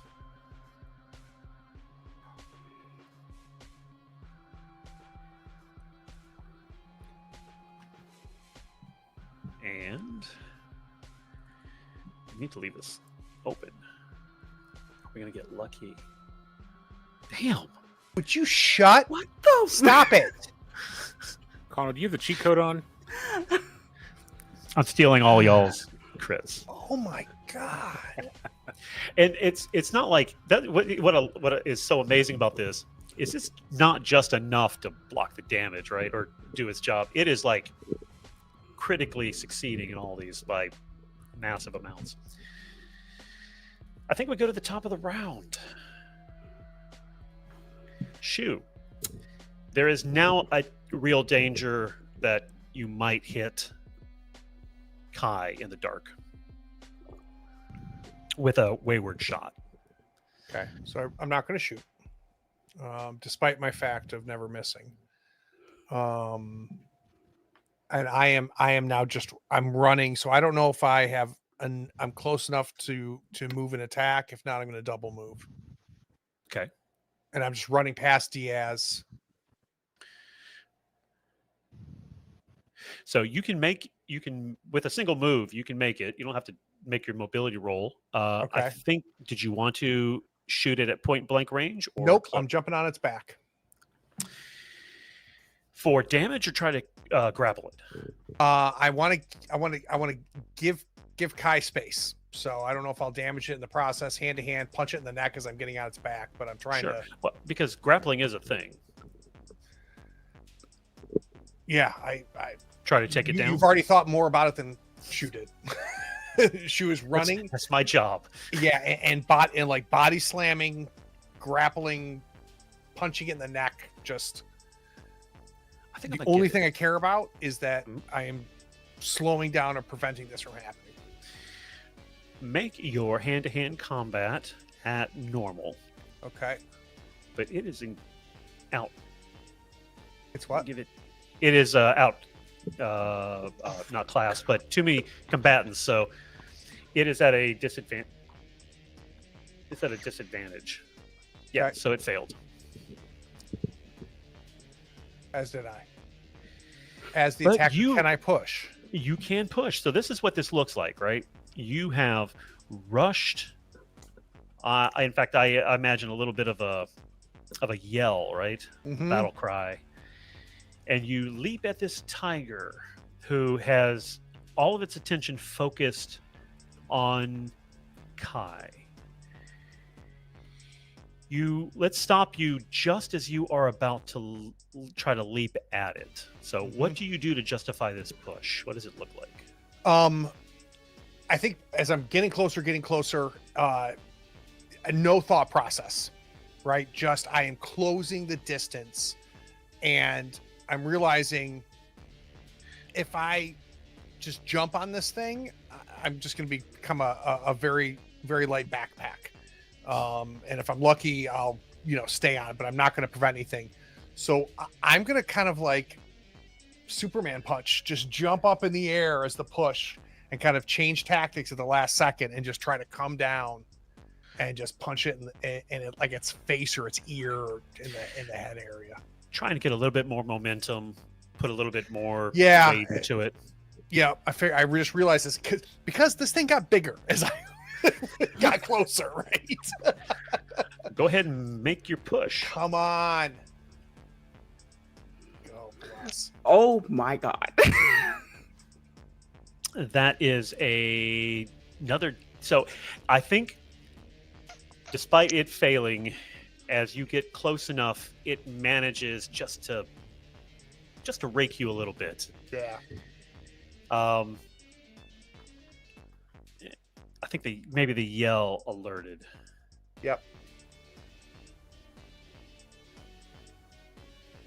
Diaz, you have normal aim. You know I'm what out of though? your way because I like my ass is on the ground. So the Proud Feather has managed to get some of the lights on, so there is no direct illumination. The shadows are pretty wild, but the lights, the floodlights do finally come on, the emergency lights, and you guys are no longer at a disadvantage, which means I think I'm going to let this carry over and actually give you advantage on your gunshot if you want to take it. Yeah. Come on, old man. Yeah. Okay. Tell me about this shot. Not until you roll his stupid armor, you stupid. What the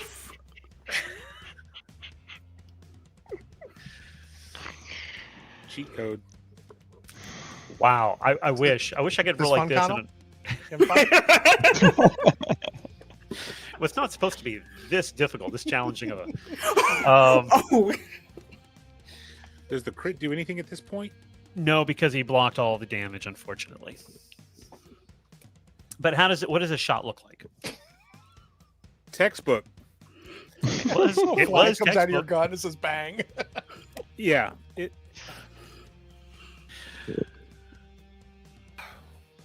mean, it's all armor, right? So I'm just. We're finding all of, you know what? I'm imagining every time we bounce around off this thing, we're understanding it more and more where its heavy armor is at. So now we know where not to aim. And so me aiming at the torso or the ass cheek or something, I don't know. We're finding out where it's not vulnerable.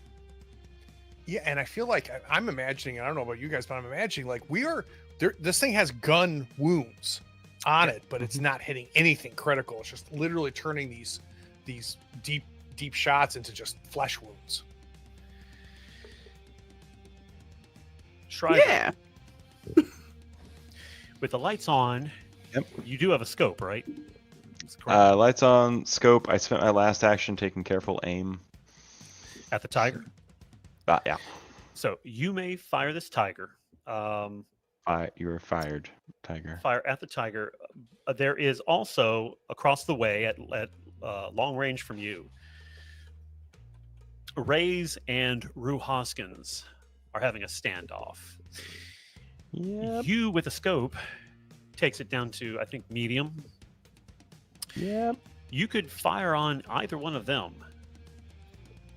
Yeah. No, I'm shooting this tiger right now. Okay. Yeah, I know. Lots of other things I could be trying to kill, but Take a shot.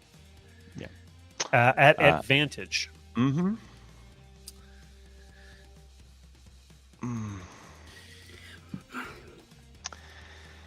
So, Do I decide to push it before I see the defense roll?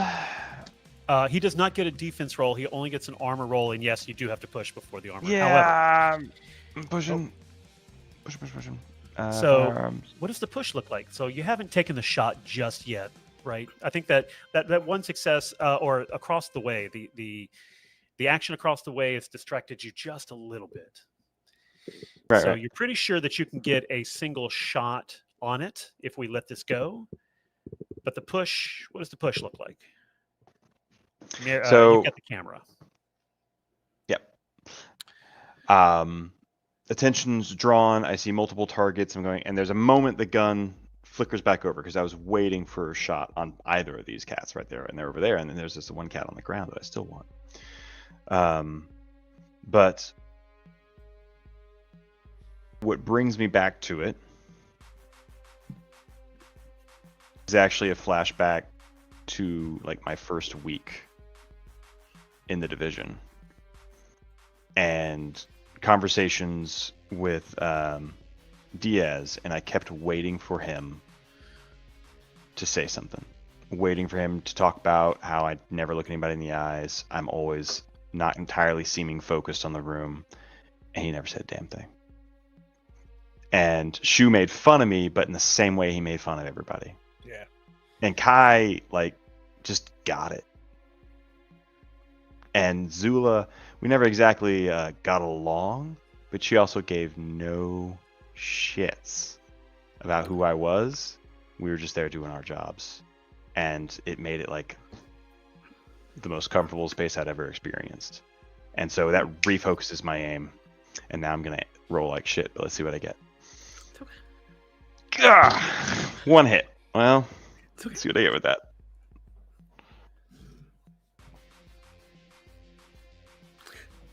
God, the last time I Connell. The dice are telling a story. Okay.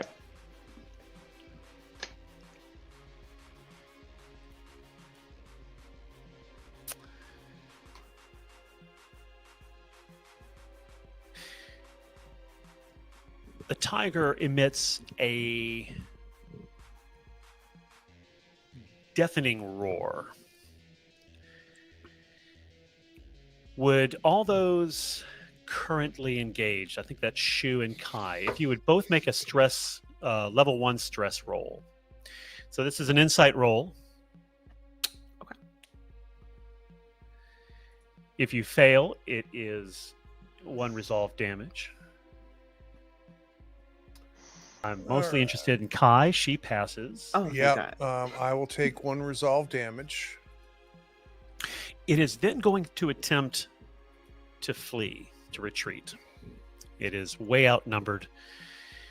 However, both of you get an attack on it.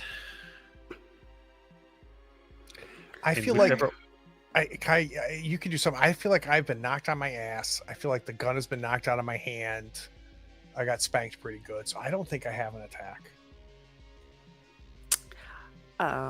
As I rear back with my weapon, I'm gonna say, I'm sorry, little buddy. Hand to hand. Do I still go get my martial arts on this attack? You do. Okay. As long as you're attacking on with hand to hand. Yeah. Oh boy. Okay. 1.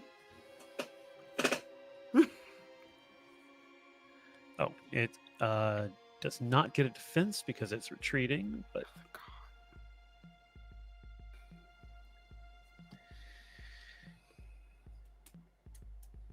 it lopes off in worse condition than it came.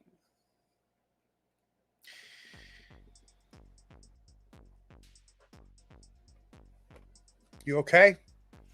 How far does it get?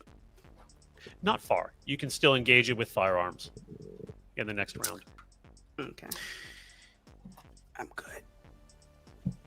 Blood everywhere. Yeah. Raze throws Rue over the balcony or over the railing.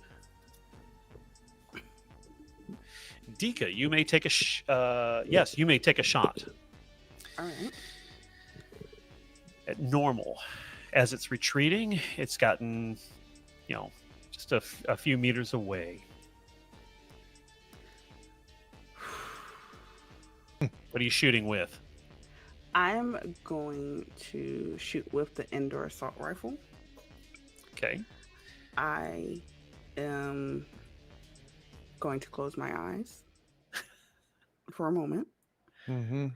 Take this time to think back to myself watching that person just look up at me, and I felt love. And it hurts me to do this, but he does not belong down here.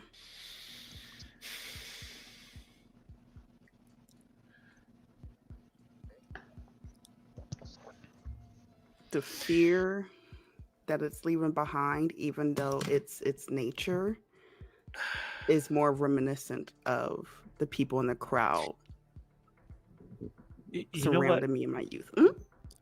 Oh, I'm sorry. I didn't mean to cut Oh, you no, off. go ahead. So you are invoking your key memory, right? Sure am.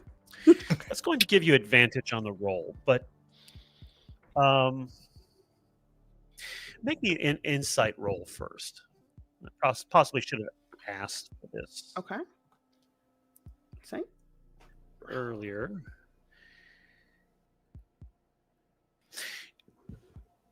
And I asked it because as players, I know I've mentioned this in the past, but you might not have thought about this part of the lore or the rules.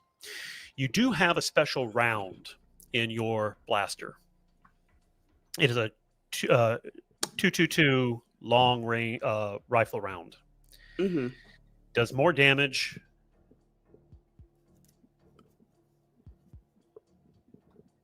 Potentially taking a stronger hit, if you would like to use that. Okay. I'll use that I'll- instead. Connell, real quick, I need you to stop touching your mic, brother. Oh, gotcha. Yeah, I will do that instead. Touch it You one more got time. this. Hang on. Let me advantage. No, Oh, I don't. God. Don't got it. Don't got it at all. I don't have it. If you push, you Nope. unfortunately will take the resolve damage. Don't. Tell me, but walk me through. Why did you miss? So you grab your blaster, you load it with the 222, Mm-hmm. and he had everything going for you. It was retreating. I miss because I am shooting this creature in his back. Mm, I would have felt better that's like had it been fighting me face to face. Dead or not, definitely I would have died, but this feels like the coward's way. That little jab from Joshi got to you? Yeah, a little, yeah, a little bit. Little bit.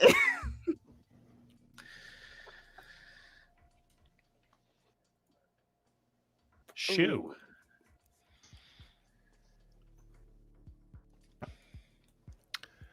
I'm standing up, trying to figure out where the hell my blaster is. Gonna try to grab it. I see this thing's taking off. I'm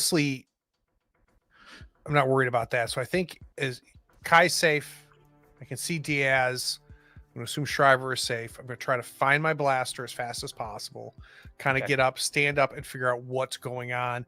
If I need to go up the bleachers a little bit to see Solari's head to make sure he's still around, but I need to figure out what's going on right now. I am not shooting at the tiger. Ray's has thrown somebody over the balcony. You take a moment and you pretty sure it is the form of Rue Hoskins. Okay. Ray's is now pointing a indoor assault rifle at Julio Solarin from the second floor. It would count as a long range for your shot from your blaster.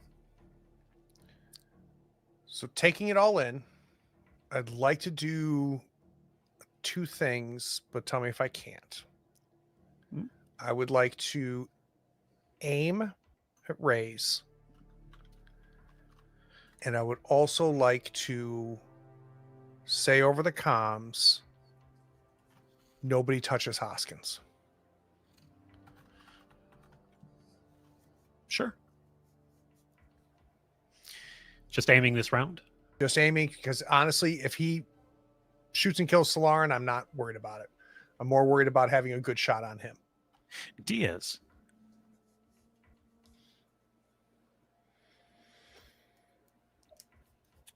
You can still take a shot on the tiger. No, that I don't want to piss this thing off again. What's your favorite kind of tiger? One that's running away. Yeah, for real. I'm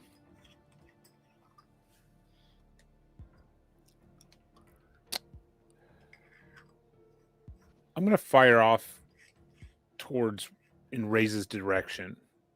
Do I have a clear line of sight to Ray's? Yeah. Yeah, let's do it. Let's see if I can. Actually, let's see if he can roll poorly. Is this full auto or is this just single shot? Jalil's right there. So Jalil Solarin is inside of the octagon. We'll call it that. Oh, okay. And he is being targeted by Rays, who's Okay, so on yeah. at a higher elevation from him. It'll be a full auto then. Okay, take the 1 resolve. Okay. And fire at advantage. Oh boy. He ain't no tiger. Man. Jeez. Can I push that? No, because Yes, actually, I'm so sorry. You well, I think There's no die actually to in your case, push, right? Yes, because the Double I unicorn. got the the so other you gotta, die. no, or well, origami. you can't get a higher result on the D8, and the origami was on the D12. So pushing it, you won't get a higher result on the D8. Right. How about a redo? However, Bam. Rays All right. failed. So what's the damage do on the? Let me see. Base damage 2, piercing. 2 piercing. What is not a crit?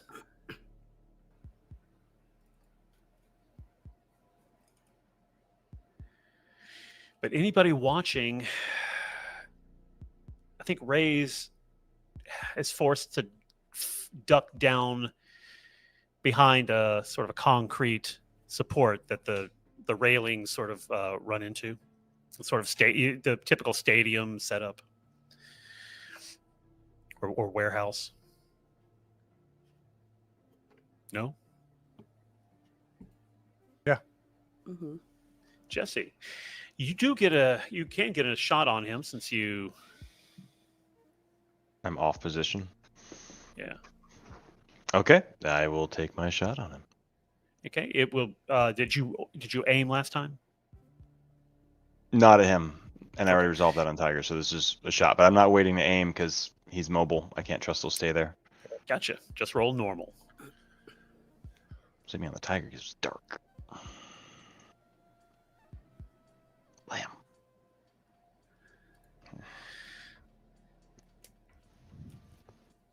What went wrong?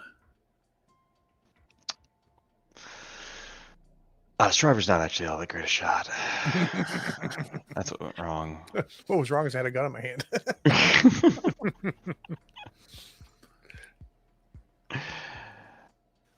Yeah, this gun is it's a lever action, and he just got elbow jammed, a little tangled up on the lever side of things, which, lever action, if your elbows get involved, he already is out, messed up. Mhm. But yeah.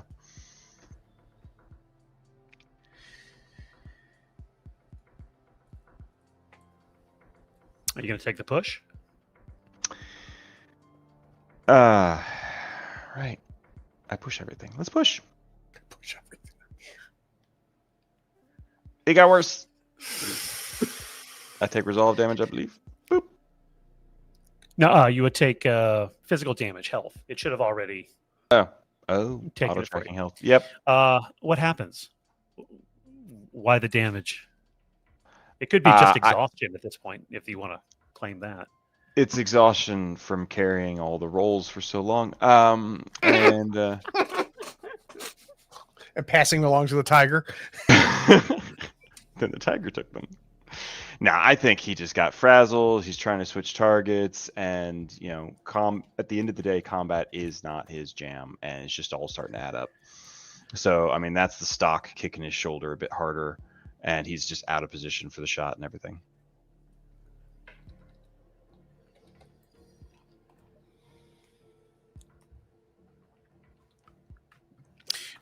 You do have eyes on Ray's, and he's just sitting with his back to you, not moving. I mean, he's breathing through your scope, but he's not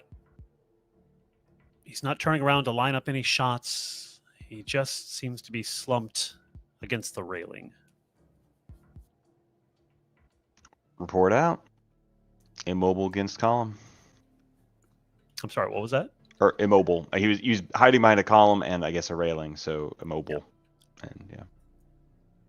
So we are out of combat. The tiger has left the combat, and as Ray's. So I'm running towards Rue. Okay. My gun is aimed at Ray's. You may take a shot while running if you'd like. I would. So I want to shoot Ray's.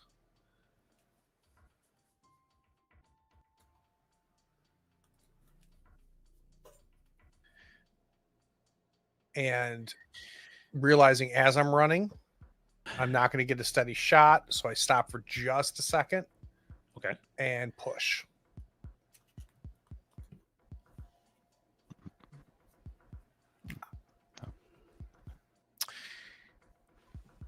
What ammo did you use? Were you using the ender? Whatever is just going to do the most damage. So hold on 1 second.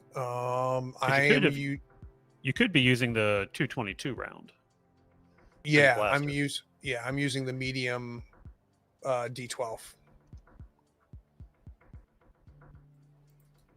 And what's the base damage on the 2? Your blaster, the long round tears into his torso, shooting out a big chunk of this grisly flesh. As for Rue, he's very much dead. From the fall? Yes, probably from the fall. So I've tore up Ray's pretty good. Mm-hmm. This is going to have no mechanical significance, but I get to Rue, realize Ray's is not well. In fact, don't even see Ray's as a threat. And I lift Rue by the collar off the ground. I see his neck just, fall wet. Yeah. And I think I shoot him in the head. I shoot his dead body and throw him back down to the ground.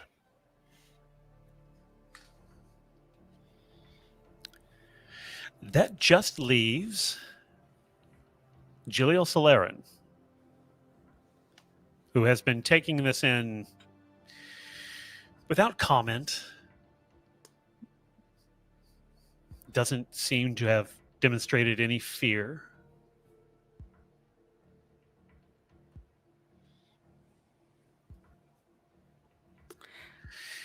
But he is an unregistered or illegal replicant, so... Can I act? Any of you may act. We're out of combat. I'm gonna go back underneath ground. Can he come back downstairs? Yeah. I want to Go do ahead. that and say, well, Ray's had a really good idea. He just had a lot of personal vendettas to get out. And I'm loading up my medium in my blaster. And I'm going to retire Jalil. So we know what Shu is doing. We know what Kai is doing. Diaz, the tiger has left a blood trail.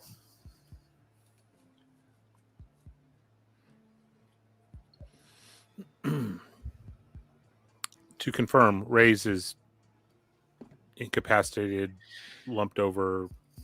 Mechanically, Confirmed, mechanically, yes. It was not a critical hit, but it was enough to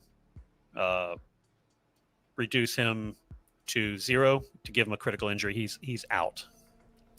He's not dead, but he's not a threat. He's not a threat anymore.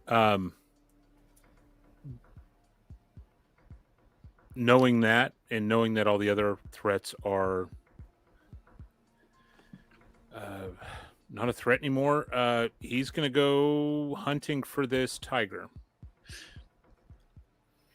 And not going to say anything out loud. He's just going to start following that blood trail and start tracking. Shriver, it looks like Proudfeather will be the first to reach Rays.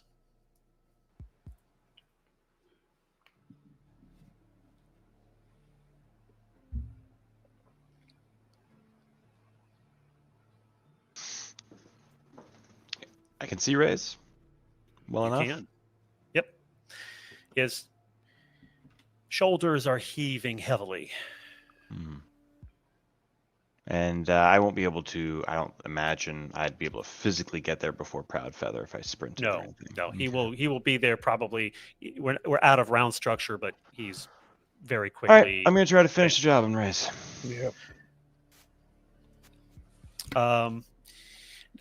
I don't think you need to roll unless you want to see what kind of a grisly crit you get.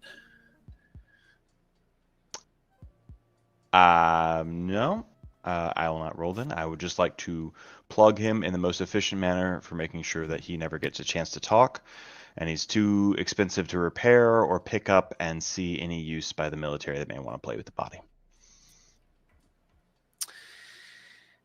You send a shot. How about through his cervical vertebrae? That's the best vertebrae. It's my second favorite vertebrae. Wait, Top five. cervical vertebrae? Kai,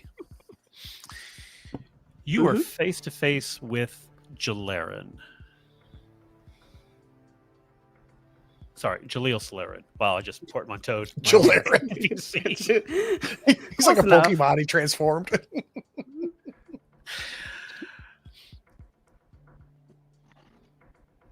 He looks almost admiringly at you.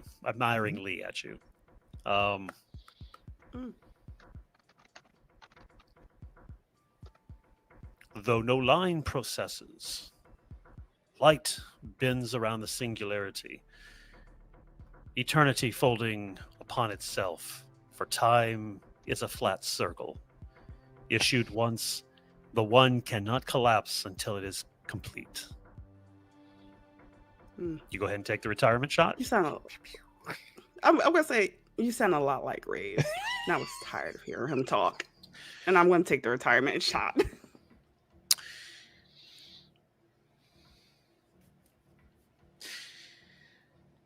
Diaz, you round, I don't know, some shipping containers or some pallets, right? Following this blood trail. The tiger is there on its side, breathing heavily. Much as it turns out, Ray's was moments ago. It weakly raises its head sees you coming. It has enough strength that it might be able to lash out at you if you get close to it, in close range. Or you can take the shot from a distance. Diaz is going to get close. He's going to put his rifle around his back and pull out his pistol. Put the whatever round size you said, the beefier one. 222. 222. So, the thought occurs to you. I don't know how you feel about retiring the animoid. I mean, this isn't its place. It doesn't really belong here. But the kipple is pretty big. And not many people go out there. It's radioactive. If you get close enough to Las Vegas. You might be able to sneak it out there. Of course, it's probably going to die anyway. Probably. The thought crosses Diaz's mind, but at the end of the day, you put down the dog once it tastes blood. Yeah. It's the simple rule. You're a Blade Runner. There you are. There's no gray area with this animoid at this point. So, and actually, do I know? I don't think I know the connection that Kai had. I don't think. Well, No. Shu did. I don't think you did. okay. So, then yeah, I don't think I would do anything else but get close enough to give me a advantage roll if I had to. Don't have to roll. Thank God. Please don't. Yeah. Armor roll 3. Shit. It bounces off you and hits you in the eye. Yeah. So yeah, I'll put this thing down.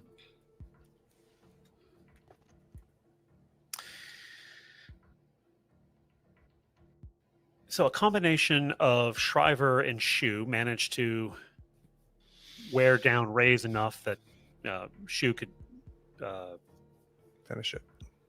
finish it, and then Shriver came back with the retirement shot.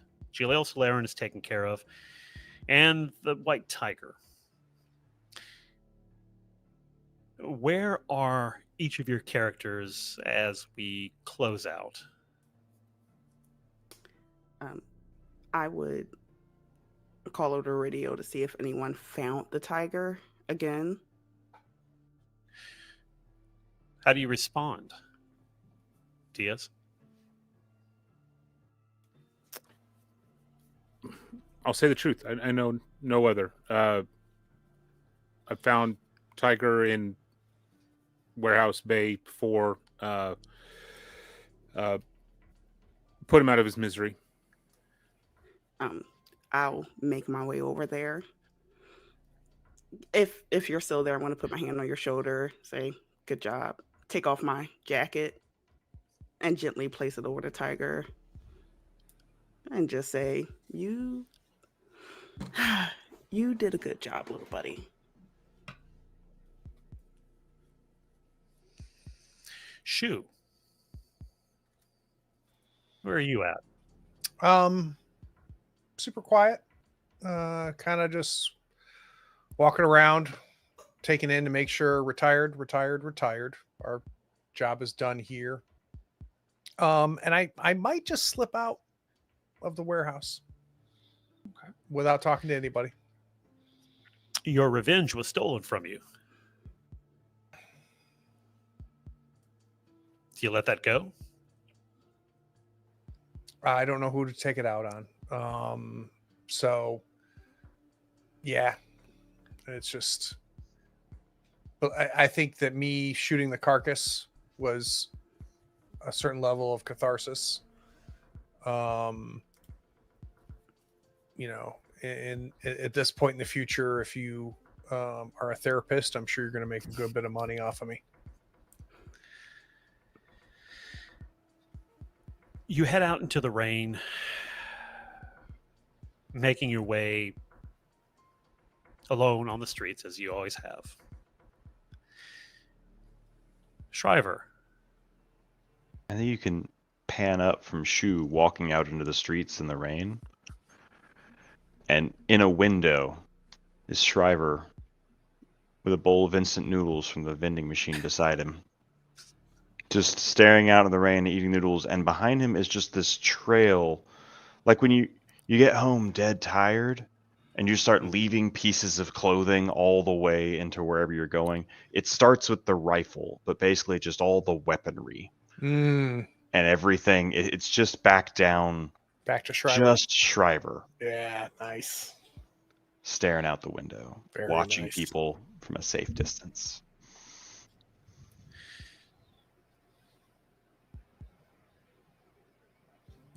you know, it's interesting, Shriver being Shriver.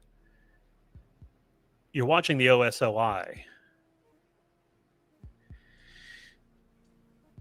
and there's a pattern to their movements.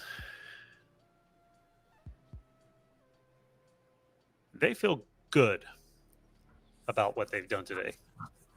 What they've done. They feel good. It was a good mission. It's a good op.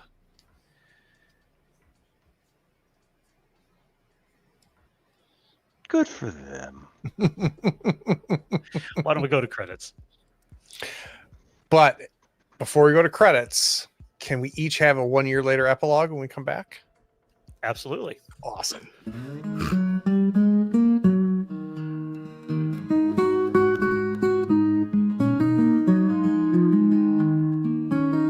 Sometimes I feel like a motherless child. Sometimes I feel like a motherless child. Sometimes I feel like a motherless child, a long ways from home. A long, long ways from home. A long ways from home. A long ways from home.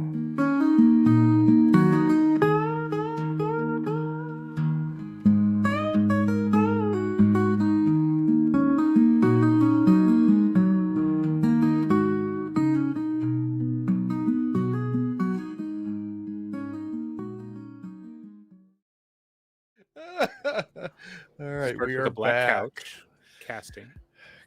So, Connell, I made the suggestion, but you are the showrunners or the game runner. So, whose do you want first? Well, let's that's a good question.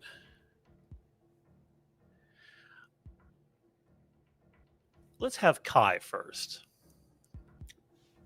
Kai, Okay. it's a year later.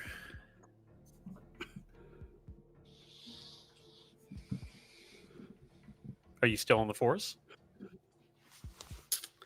Oh, absolutely. I am still on the force, but where you find me is, I would say, probably in conversation with someone else in a corner of a noodle shop, passing over information.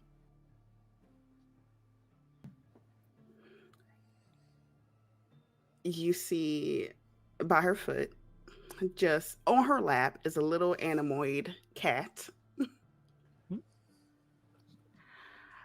And speaking to the person overside of her is going to be like, this is all the information you need on the one that runs Kill Publication, some information about the Force,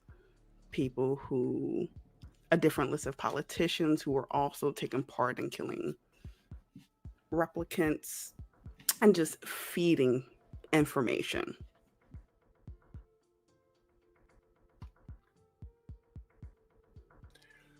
So, oh my God,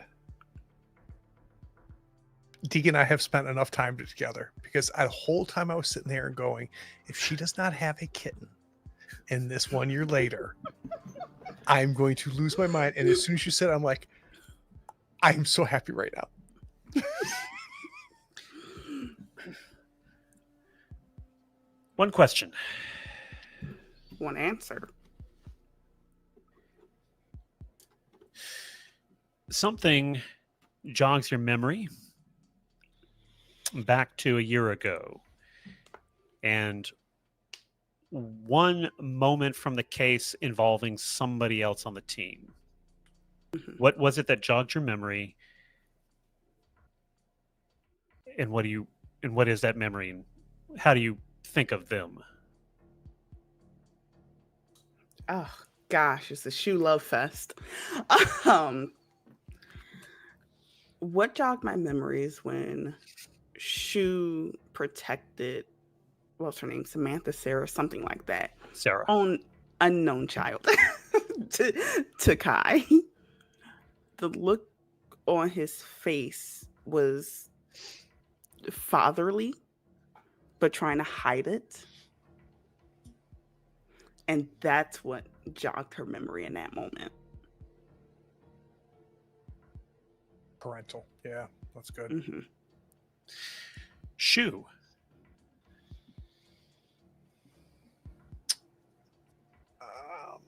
We are in what dystopian LA's version of a movie theater. And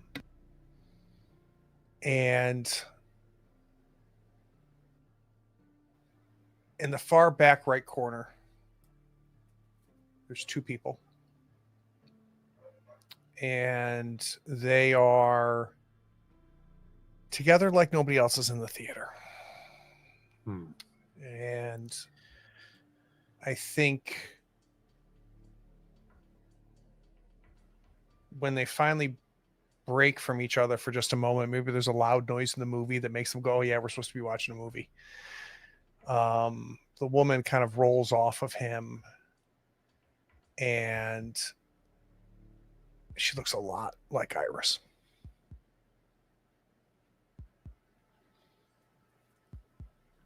As in the same model? Yeah.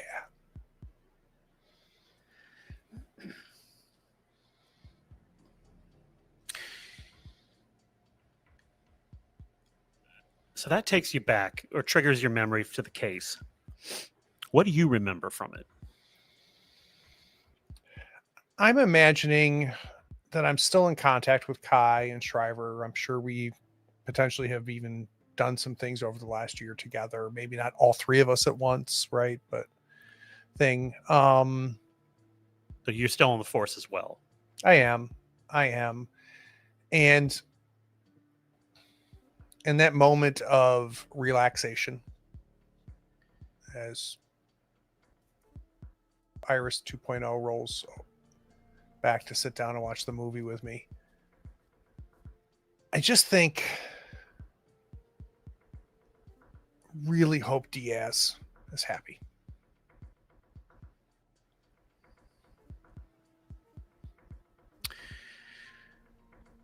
Well, I guess that means I want to go to Shriver.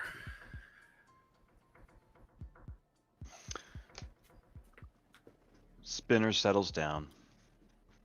Booted foot steps out onto a bit of gravel. The club music is a little bit quieter, but you can still hear it in the background. You know, it's a new wave. It's a new, new band. But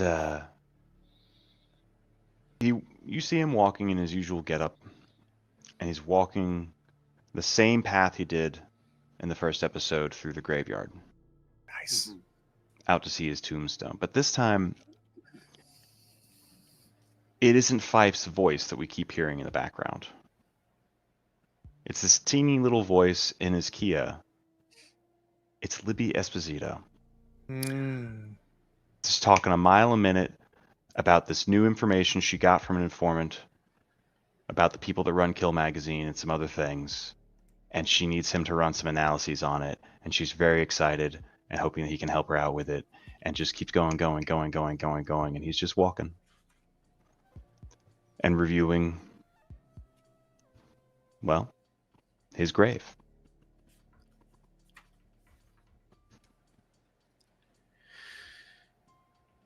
What do you remember from the case a year ago? Glances down to where the indentation was in the ground. What took him back to HQ that day was actually trying to find the groundskeeper to figure out what the heck that was about. But that day led straight into the party and straight into being out in the streets with the protesters and walking out there with Diaz. And it makes him think about how long Diaz had been there as just part of that world, and that little pang of something missing.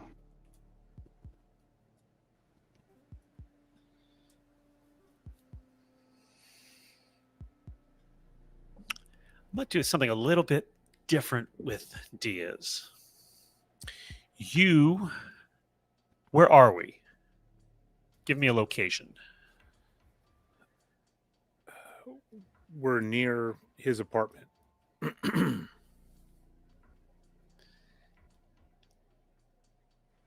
Not in your apartment.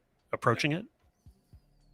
Are you on foot or on spinner? In a spinner? I'm on foot. I'm on ground level in Piss Alley. Is it day or night? Night.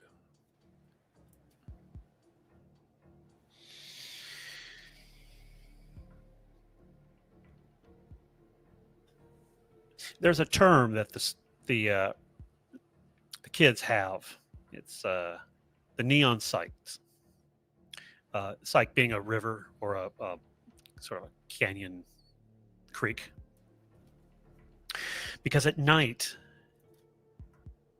the water on the roads reflect the neon lights from all of the clubs and the bars and the shops of Piss Alley, and it makes it look like a neon river. What are we doing in Piss Alley? Just going for a stroll.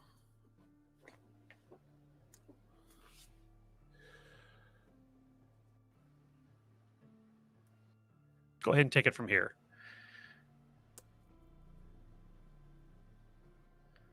So I would say this isn't a full year later. This is probably 6 months.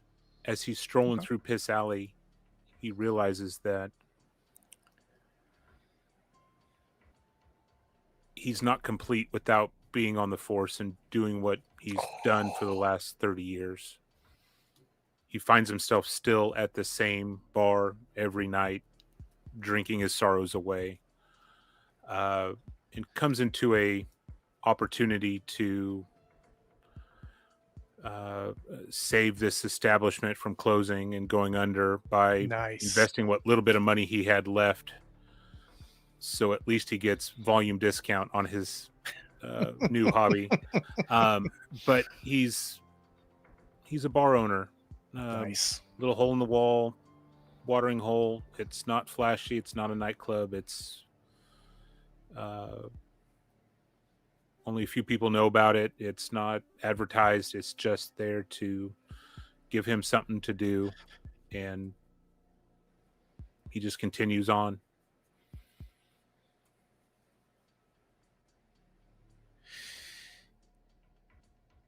So you're just walking by the bar? Sure. Yeah. But I didn't know if you were going into the bar or... Well, to be honest, I didn't know where you're going with the lead up. So that was my 1 year. He owns a bar. Frame it how you want. Sorry. So Freysa, a leader of the underground, approaches you.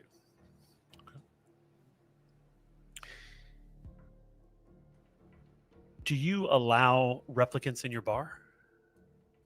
I do.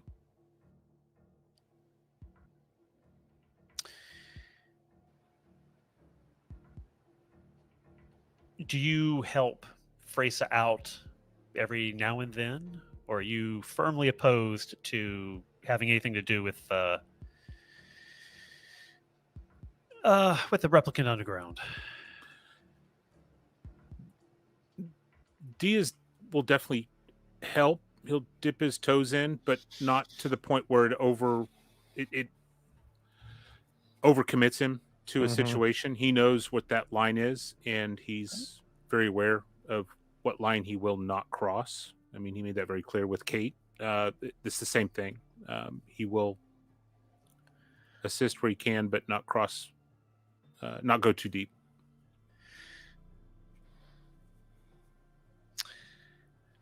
There's a deal going down tonight, Diaz.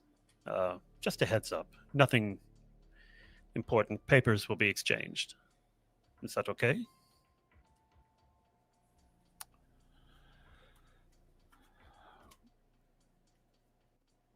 The least I know, the better. Thank you for what you've done.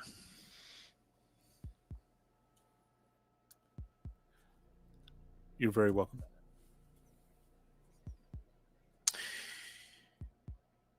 You recall a moment from the case 6 months ago. What is it?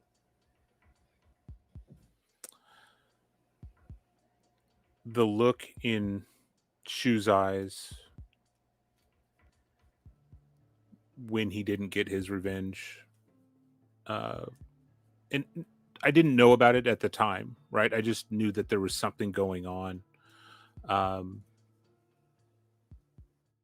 And I think later, Shriver brought me into it before, maybe while I was packing up my shit to get out of the office, informed me about what was going on, and that has repeated in my head that I didn't get a chance to help him get his revenge. Didn't know that was not necessarily revenge, but his justice. I mean, that was that wasn't the right outcome, or at the right outcome was going to be the outcome, but it should have been his.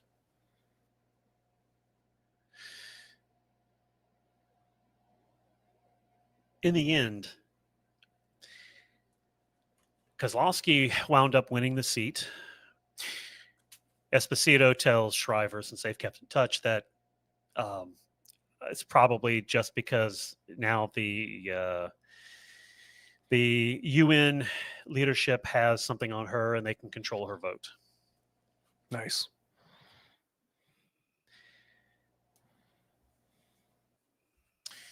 Rays and the White Tiger and Solarin were all sent to Wallace Corp to be decommissioned. Presumably, also they get any information from them they can. So in the end, nothing changed. And the city goes on. Craig, why don't you take it over from here? Yeah, thoughts, stars, and wishes, right? Except we don't have any wishes. Mine's pretty easy. Love the finale. For me, I have expectations for this game. And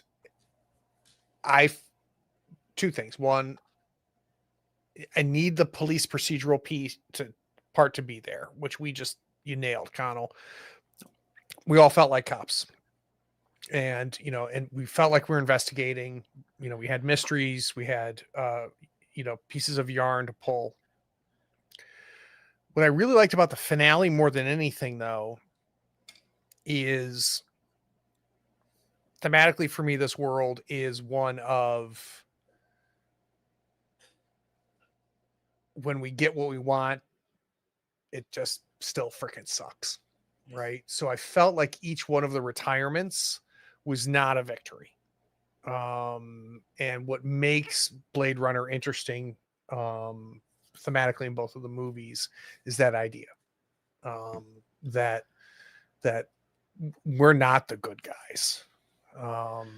And we are good examples of maybe good people doing bad things and writing it off as I was just doing my job. And I really felt that come through. And I think that this whole table did a great job of elevating that. So very pleased. Think we all landed the plane well.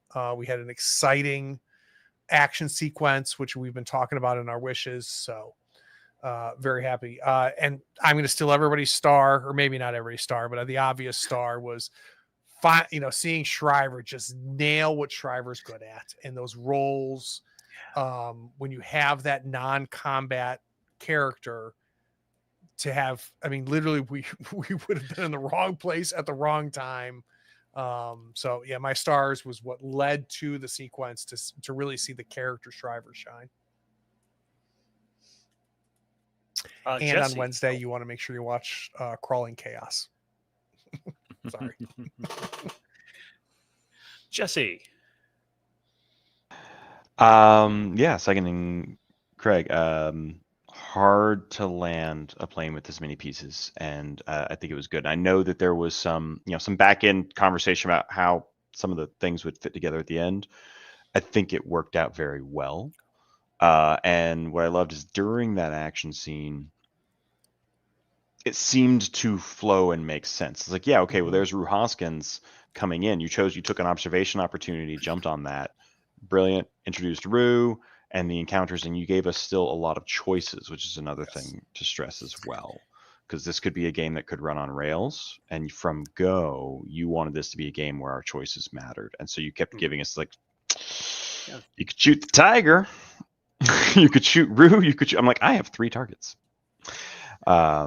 And so even up through the final combat, there were a lot of options where we were still driving the story, making choices on that. So that was really cool. I'm going to go with, for my player star, I'm going to go with Dika. And the last level of like, okay, last layers that we're getting to, we were so focused on the tiger before and some of these other things, but now it's like, okay, information broker. Yeah. And digging further into that at the end, and just the whole Solaran thing. What I loved about the Solaran bit was that it was just so brief. Yep. And so to the point. It's like, okay, there's all of this noise, but you know what? We're 2 replicants in a box where none of the other people can see us right now. I'm just going to load my gun and shoot you. There's no speech here. And I thought that was really cool when her last replicant to replicant conversation was actually a very lengthy, dramatic, and well done speech. I love that balance point, especially since these 2 were set up as brothers. Is like, okay, so we just did a full yin yang on that, and that's nice. So interestingly, the path that you guys as characters took all led away from Solaran. There's a lot of ways that you could have actually moved into that and had a lot more exposure to him. And so that's why it was so brief, because right, you didn't have any real stake in it. It was, we didn't, it's a job that had to be done. And the interesting thing about the combat, if I may just for a moment, it was intended to, it's a delicate balance, right? You kind of want it to be representative of the effort that it takes without becoming a grind. And I did not expect them to be that consistently good with their rolls, with their armor rolls. So that was interesting. It was exciting, right? I mean, we rolled dice so that we can find out what happens, and we found out what happened, and we made it work. It was great. The dice clearly said that they wanted those. They wanted you to work for it. They wanted you to feel every shot. I thought I was dead, honestly. Dika. Oh, hello. Your final thoughts and stars. Well, every time you call her Dika, she's surprised. Oh, like, oh, I'm at this table. I'm enjoying the moment. I forget. Overall, this was really fun.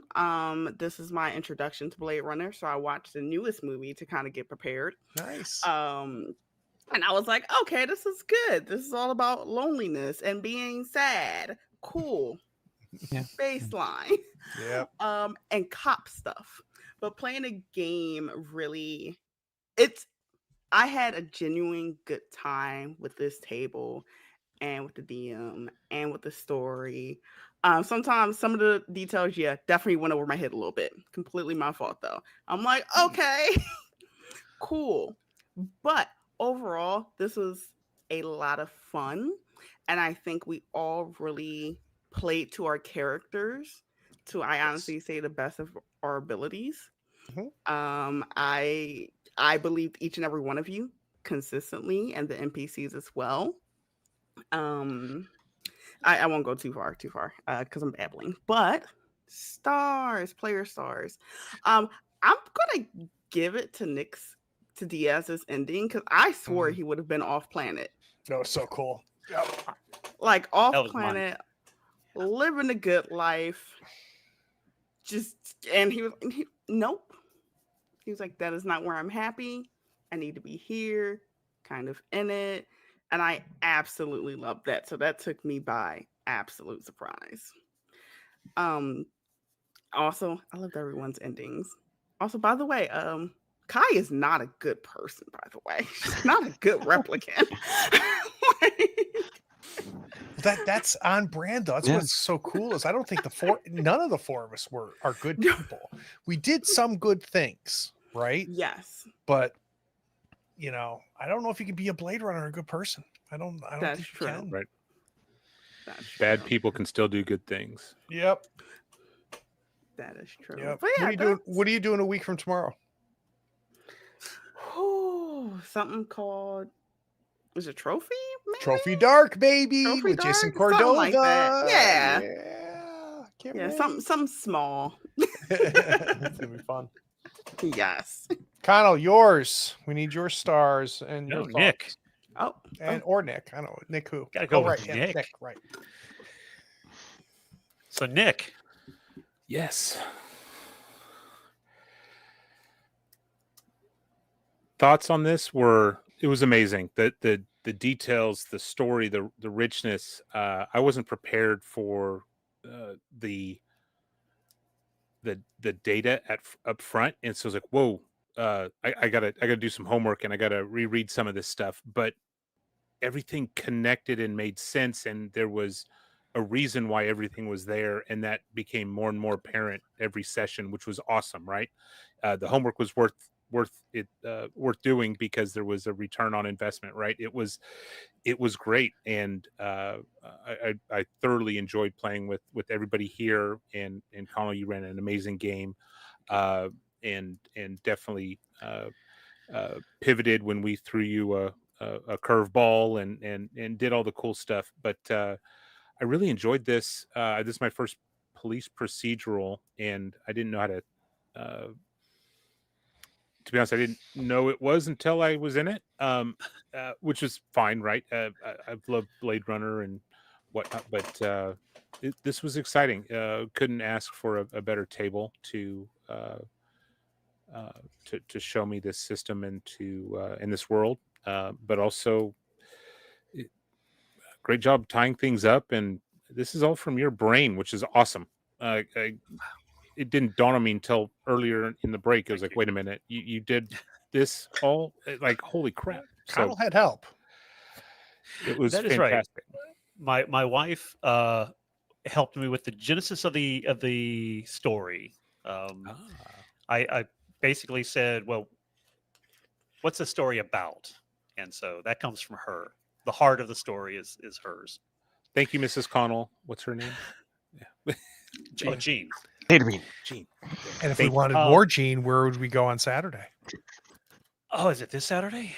You have Mothership.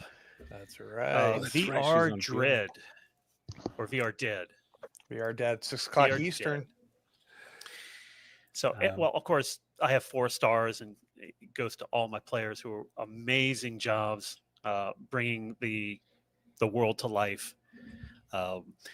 I hope so. As a GM, as a storyteller, I feel my job is to run the NPCs, make them feel as authentic as possible. But they don't exist in a vacuum, and each of you kept me on my toes and made me sort of really drill down into each character interaction and say, well, what does this character want, right? How does this character inhabit the world of Blade Runner? And to give everything a sense of place. And what I got from the four of you is that this really did feel like a Blade Runner story. Yeah. And that was my only aspiration. And I thank all four of you It was for fun, giving me dude. this opportunity. Thank you. Fun. Like all the socials, all the bullshit, Patreon, everything. Thanks, guys. Talk soon.